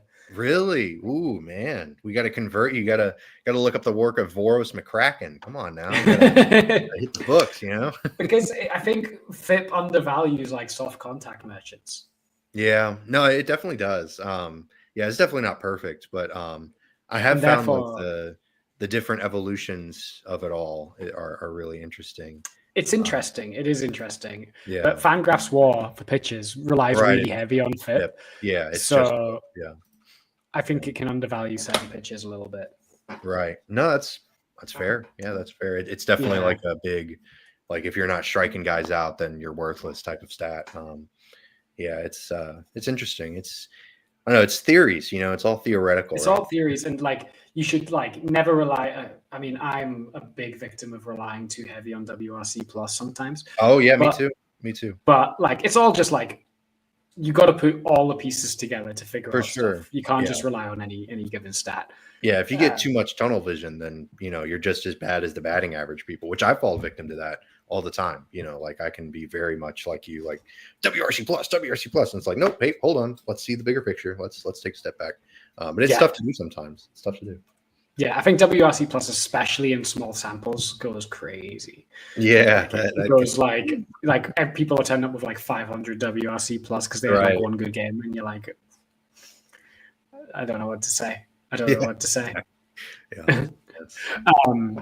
So it's fine. I hope Mason Englert can get Paul Goldschmidt to ground out here. Because that would be beautiful. Nice little Uncle double Paul is not a fast runner, so a ball on the ground should be enough for a DP here. Yeah. I used to love Paul Goldschmidt, but now he's a Yankee. I can't bring myself to do it. Agreed.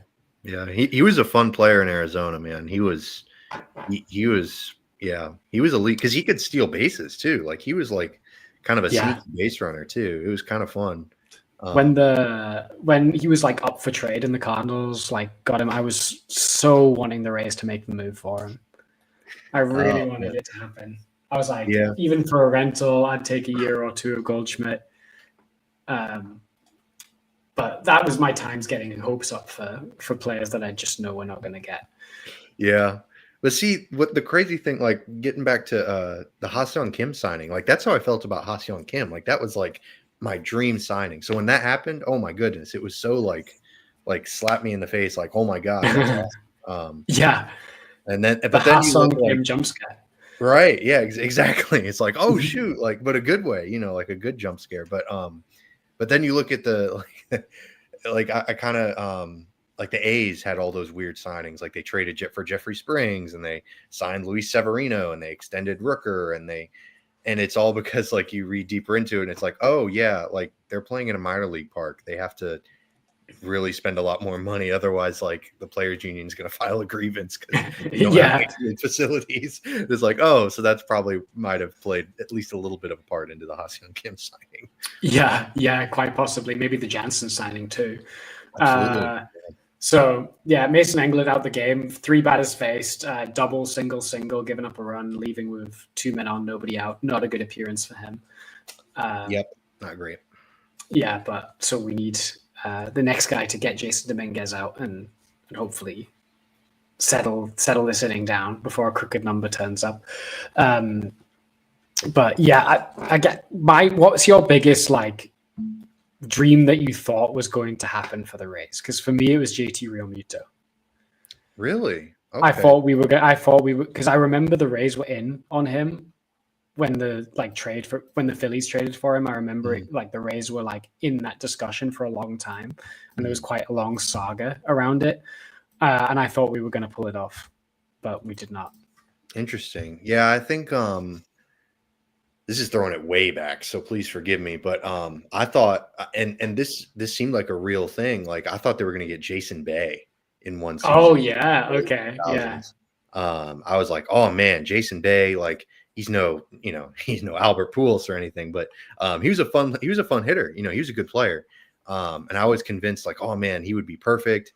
He's going to be like a great fit. And then nope, he's going to Boston. It's like, ouch, that sucks. So. Yeah, he was one. Trying to think of some other ones. Edwin Encarnacion, when he got dealt to the Yankees. Yes. I was hopeful he was going to Tampa, foolishly, of course. But yeah, he was another one where I was like, darn, like that would have been kind of cool because I loved Edwin Encarnacion. Like his stance was so cool. Like the parrot on his shoulder when he ran around the bases. Like, yeah, he was a bad man. He was fantastic. Yeah, and I remember. There was, I think when we did the Yandy Diaz trade, there was like a minute where there was some misinformation that we got Encarnacion in that trade. I think. Yeah. Right. And alas. Did you ever get your hopes up on the Freddie Freeman thing? No. The only times I've ever gotten my hopes up with the Rays getting players is through trades.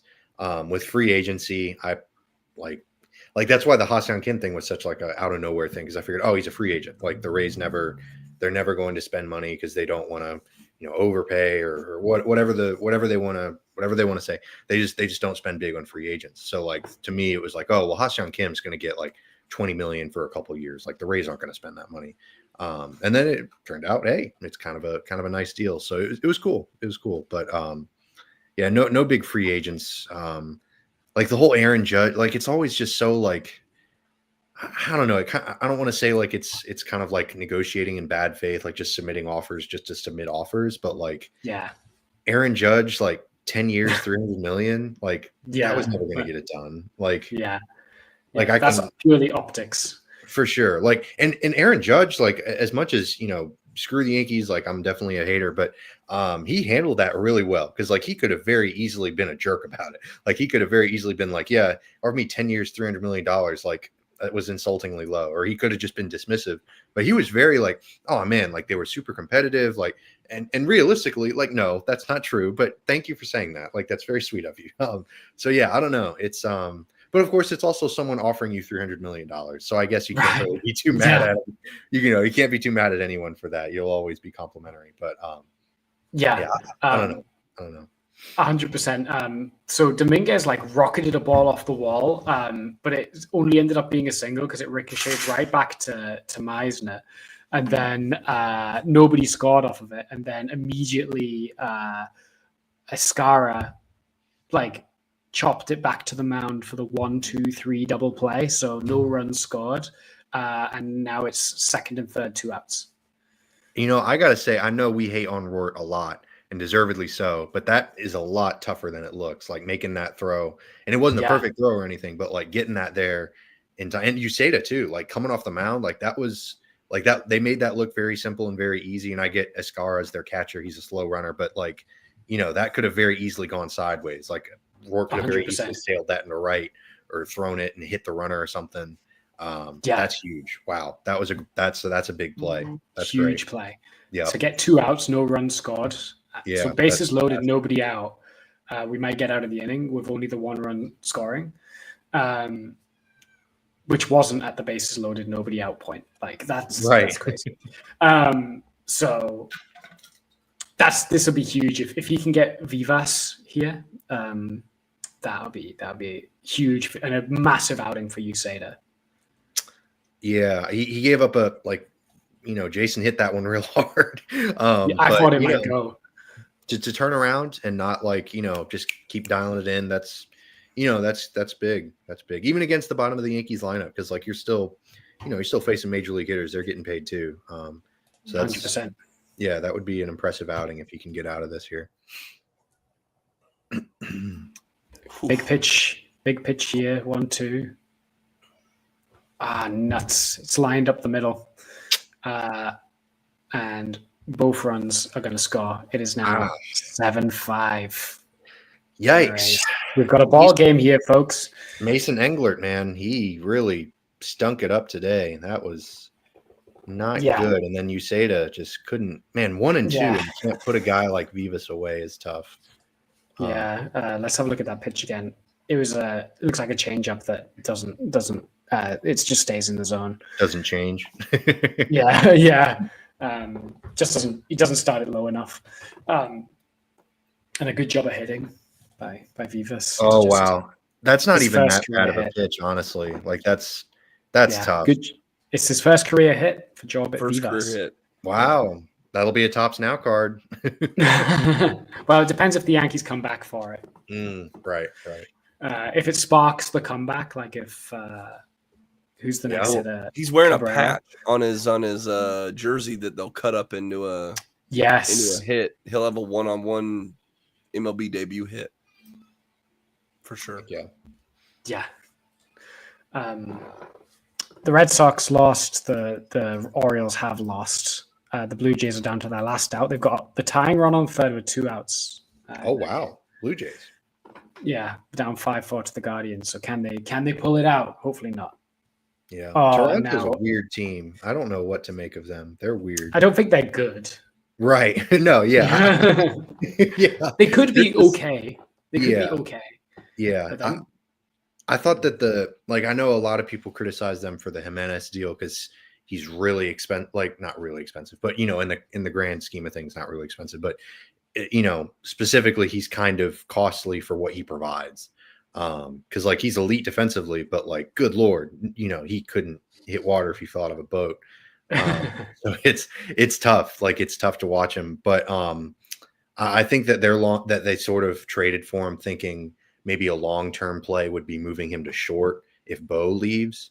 Because Bo might find a suitor that just the Bo Bichette signing with I don't know, the Rockies or something, even though they already have Ezekiel Tovar, who's really good. That would be very Rockies. That would be very oh yeah, that's something stupid that the Rockies. That feels like it makes a ton of sense, to be honest. Bo Bichette to the Rockies or to the Reds. Yeah. Right, exactly. It makes sense because it makes no sense. You know what I mean? It's so irrational and silly, but those are irrational and silly teams. So Ben Rice has come in to pinch hit for Oswaldo Cabrera, and has immediately been walked on 4 pitches. Yikes! Edmund, not too high. I guess I don't mind it if they can get because now they're just going to face Peraza, the number 9 hitter, and they're going to hope to get him out. But if Peraza goes deep, we're behind, so we got to just be careful here. Yeah, walking the winning, walking the winning tying run. The tying run. Sorry.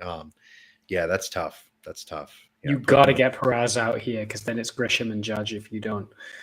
Yeah. And Peraza grounds the first pitch to short. That'll end the inning, but the Yankees score 3. We got a ball game.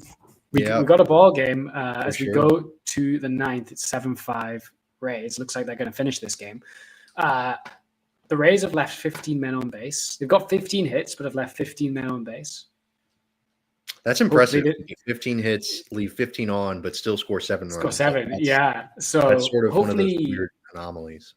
They don't live to regret that. Hopefully they hold on to this one. You know, they can bring Pete Fairbanks in for sure, and hopefully like see it out. Right, because they have tomorrow off? Question mark. Right? Yeah. Okay. Yeah. And they go back home. Yeah, we're Pete back-to-back games. That's fine. Yeah. I hope it's not too cold there, though. I know he has got that. Yeah. Yeah. I don't know about this is an opinion I've kept to myself till right now because I'm scared to say it. Uh-oh. Pete Fairbanks has always worried me as a closer. He definitely makes things interesting. He definitely I have never been like, oh, Pete's coming in, this is fine. Yeah. Instead, I always go, please let this be good Pete Fairbanks and not bad Pete Fairbanks. Right. Because when Pete Fairbanks is off, it's GG. Yeah. He just can't be anywhere near the zone. Yeah, you have to get the 3-batter minimum and then get him out of there. Yeah. Yeah. And I feel like as your best reliever, when he's on, he is our best reliever. Right. But he I'd say 1 in 5 appearances, he's just completely not there. Yeah. I'd be curious because obviously depending on how the season goes, but even it's the Rays, they're always going to be transactional. They're always listening, all those cliches. He might be made up, he might be gone by the trade deadline because, bullpen arms are always a necessity. And he's got that sort of, he's the closer, he's got sort of the status, he's got the pedigree, if you will, where a contending team could theoretically be like, oh, well, we could use a Pete Fairbanks, in the postseason. Look what Jason Adam got us. Right, exactly. Yeah, I mean, you'd argue Fairbanks is worth more than Adam. Ooh, I don't know because Fairbanks is more expensive. But he's also on I think Pete's on an expiring deal this year. Please let me fact check that because I don't want to be speaking out of my butt here, but I think Adam had an extra year left. I think because he's still on the Padres. Let's see. Cookie's still in. It includes a club option. It includes a club option, which they'll pick up. Yeah. Okay, that makes sense. So yeah, they could get a Jason Adams sized haul, especially if he keeps pitching well, but the Rays maybe kind of fluster or kind of flutter a little bit. Yeah, he would be an interesting trade target for a lot of because everyone needs bullpen help. That's not, I'm not saying anything new here, but they could get a little bit for him for sure. Definitely. I'd love Lau, Diaz, Aranda to give us some insurance, or as the folks from the South say, insurance, which is my least favorite line on MLB The Show, by the way. Oh man, I didn't even realize that was.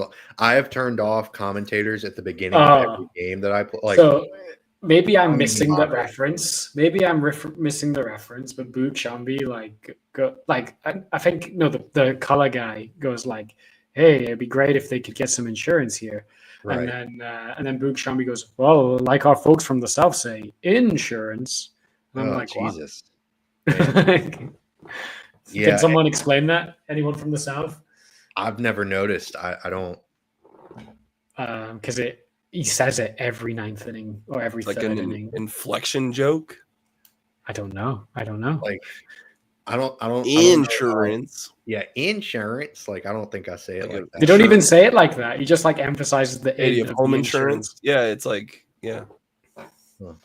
Yeah, I don't think I get insurance. Y'all got that Geico insurance? Right. Yeah, it's kind of weird, but the other he's one. No Matt Vasgersian, that's for sure. No, he's not. So my housemate is a Red Sox fan, and he plays RTTS a lot. Oh, okay, that's cool. And he has a Red Sox RTTS, and every game at Fenway, they always talk about Boog Shambi went to college in Boston. So every home game he plays on RTTS, Boog Shambi goes, "Well, when I was in college, And I'm just like, oh, okay, we get it. Every game in Fenway, bro. Yeah, see, that's why I had to turn them off. Like I just it got old. And so this season I didn't even hesitate. Like the first thing I did was turn off the music and turn off the announcing. I was like, man, overstimulation, it's too much going on. Like it's not worth it. Like they're not, waxing poetic out there. Like I'm not trying to hear the same, recycled same 5 phrases over and over again. Oh, and he botches it. Right. It'd be hype if like online, sometimes they just do real commentary. That would be cool. Yeah. Out of nowhere, you got, some announcers. There's a number of people who want to get in the game. Yeah. Oh yeah. And you could do it as like a online only feature. Right. Yeah, that'd be a lot of fun. Yeah. Yeah, that would be a good They time. start saying your username and stuff. You'd be like, what? Wait, right. What is this?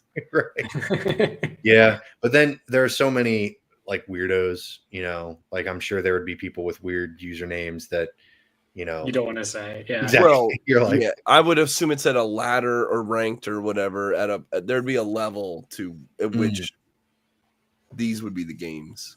Yeah. You'd be surprised though, man. The people that are the best at that game are the weirdest. I think you have to. Really? Yeah. Yeah. Okay. Because all they do all day. I'm not surprised. Right. Yeah. They're just, they don't have jobs. They're just sitting there, just, streaming MLB The Show. Hey, chat, make sure you donate and I'll try to hit this home run. It's like, oh, God. Ruining it for the rest of us. But, that's life. What are you going to do? Right. Yeah. The only MLB The Show content creator that I vibe with is Kevin God. Kevin God. He's a Blue Jays fan. He's a Blue Jays guy. But I like him because he just makes 90s WWE references all the time. That's my guy right there. There we go. Where he's extremely Canadian, and he's just kind of like, if Vladdy hits this home, if Vladdy strikes out right now, I'm gonna choke slam my TV through the table or whatever. Yeah. Or he'll be like, he'll just like reference Scotty Too Hottie or someone So I respect him, but the rest I don't care for so much. But I'm gonna boldly claim that I'm probably the second best MLB The Show player in the RBLR group chat. Well, are you second? Does Ben play MLB The Show or something? I don't think so. I don't think so. I think it's you. I think you're. No, I think there's at least 4 or 5 of you guys. Does Zach play? There might be someone playing right now. Hold on, let me. Does Zach play? I believe Zach, Blaine, at least Seth or Jake or Jacob. We're gonna have to have a tournament. That's facts. Yep. Yeah. If you guys can share your screens. Yeah. Yeah. I see why I couldn't. That would be fun. Now the question is, would we want to do like a we'd have to ask them like what their vibes are, because like I don't want to be like the one the one jerk that's like, hey, let's do a Diamond Dynasty tournament. Let's play with our teams. Yeah. Maybe like, ready-made MLB teams. Exactly. Yeah. If they want to do that would be. I think that would be super cool. Yeah, that would be a lot of fun. Maybe we spin the wheel at the start of the tournament to decide what team we get. Right. That would be fun. Or we could do because what we do, like I had a NCAA football when it first came out, and of course I played with USF and won the tournaments, but neither here nor there. Go Bulls. But we do like the 3 randoms and then the 4th and final. Oh yeah, we do that on FIFA. Me and my friends. So we could do that just like every game. Like we can just like Random, no assigned team, like just play randoms. Yeah, I like that. Yeah, that would be a lot of fun. Yeah. Write that down, Eureka. Write that down. Write that down. Yeah, exactly. So the Rays did not get any insurance in the top of the 9th. So we got Pete Fairbanks coming in to try and get the save. Hopefully we can end the watch along on a high with a Rays dub. Yep. It'd be fun to see them win this series against the Yankees. That would be a huge in the stadium in Steinbrenner North. Right, exactly. For me, at least, it would be a morale boost for me personally. Like I know, momentum and all that is fake, but for my personal well-being, at least, it would be nice. for them to. Yeah, I mean, after a sweep at home, it's just. Yeah, and those were not like well fought games. Like none of them. Like I ended up leaving early to the last two. Like the last two were just like, ugh, like let me get to the park. Like let me go home. Like, let me go take a shower. Everyone else in the AL East has lost. Orioles, Red Sox, Blue Jays have all lost. There you go. So, got to make up some ground. This would be big. Heck yeah. Yeah, it's only May, but we're already thinking playoff contention, baby. We're already watching the standings. Yeah, that's facts. Yeah, we're standings watching and we're scoreboard watching in May on Star Wars, May the 4th. Yeah, May the 4th be with you. I don't know if you've noticed, but I think Sandy posted about it where all the Rays players have Stormtrooper helmets on the billboard. Oh, really? I have not seen that. That's cool. The Rays are purely being represented by Stormtroopers. That's pretty cool. I like that a lot. Yeah, that's pretty cool. I mean, the Yankees, as much as I'm a big hater, they've got enough money to be able to do cool stuff like that. They can they can do some stuff. Even though the Yankees should be the Stormtroopers because they're the evil. Right. Empire. They brand themselves as the evil empire. Like it's not even like us doing it. Like it's them. We're the good guys. Well, theoretically, yeah, maybe they're all bad guys, and there's just levels to the. Yeah. If we're gonna get deep into the Star Wars lore, I'm sure Zach would appreciate this. Zach Dab would appreciate this. Indeed, we're like the gray Jedi. That's right. Yeah.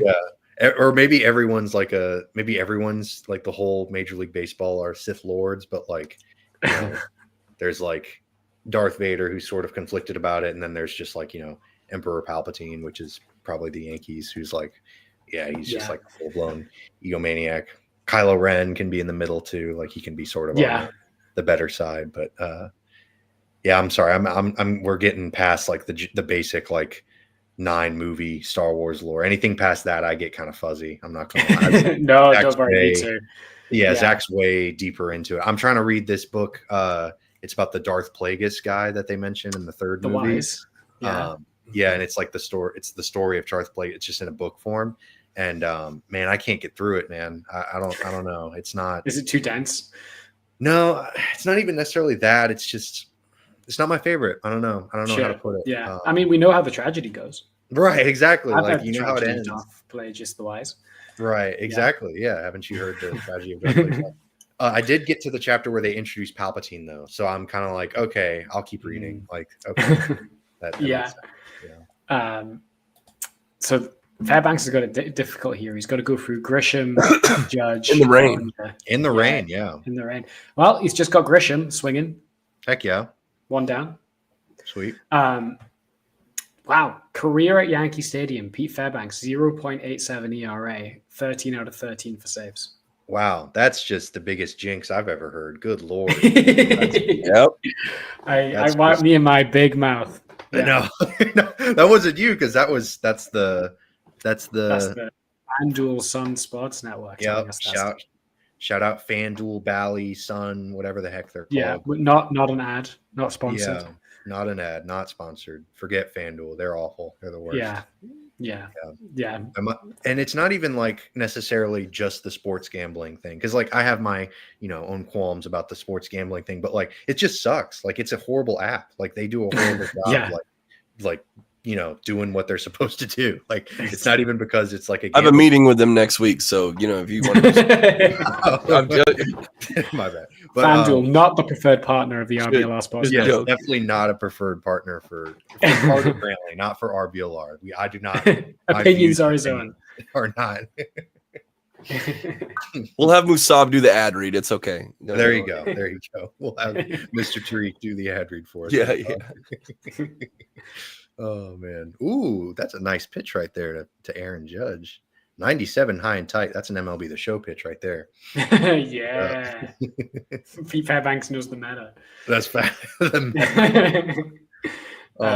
Man, I even got like I'm not even kidding about this. I got like a special like video game monitor just to try to catch up to fastballs on online MLB The Show games. That shit does not help, man. Like, I'm still way behind. Like you throw me like 102 and I'm not hitting it. Like I'm like very late, too late, found it off into right field or left.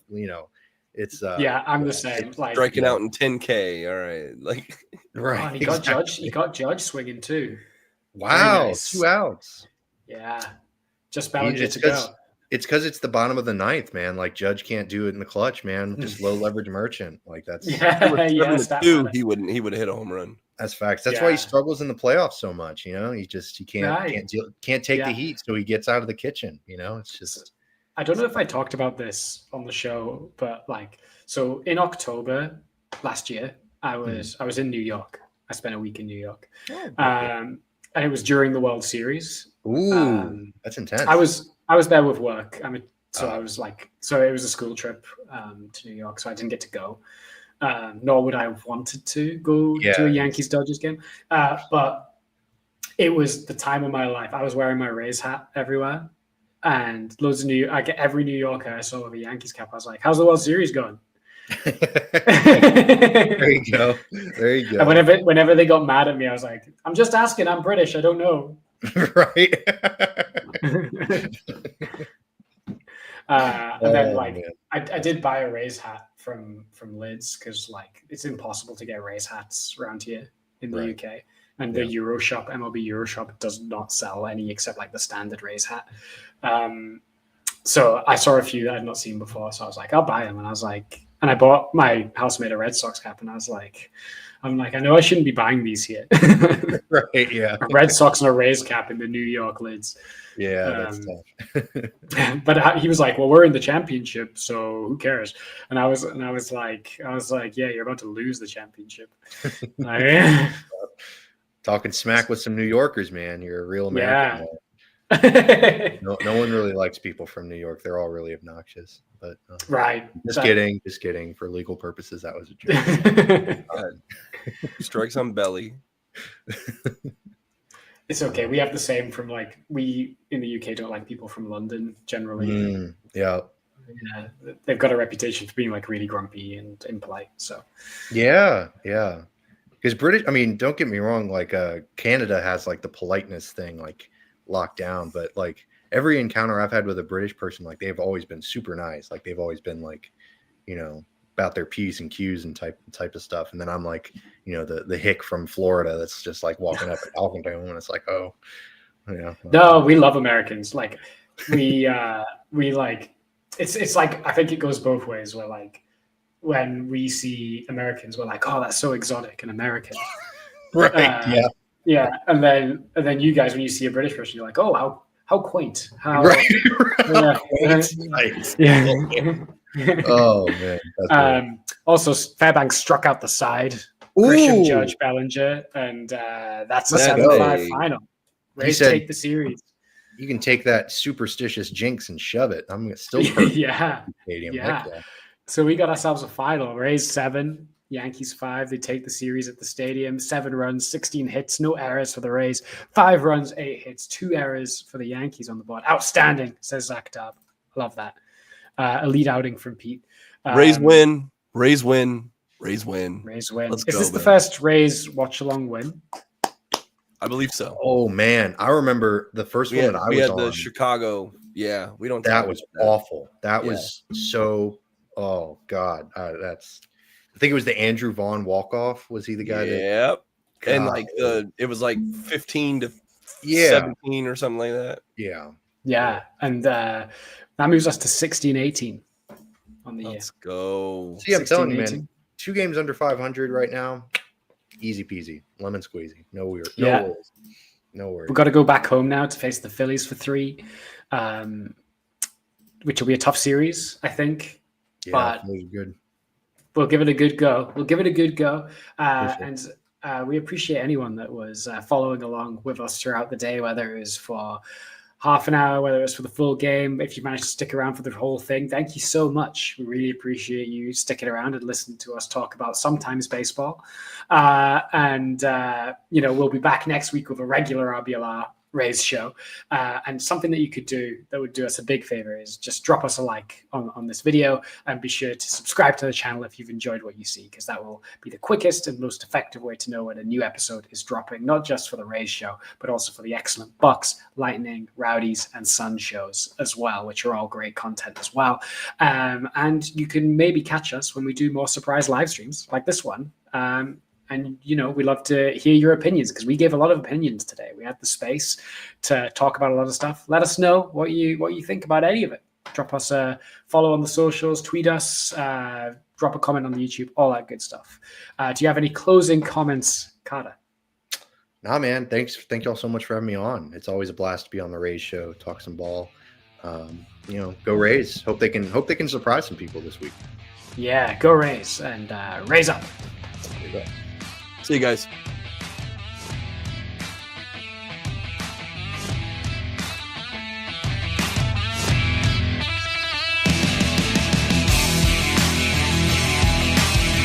Thank you for tuning into this presentation by RBLR Sports. On your way out of the stadium, please remember to like and subscribe.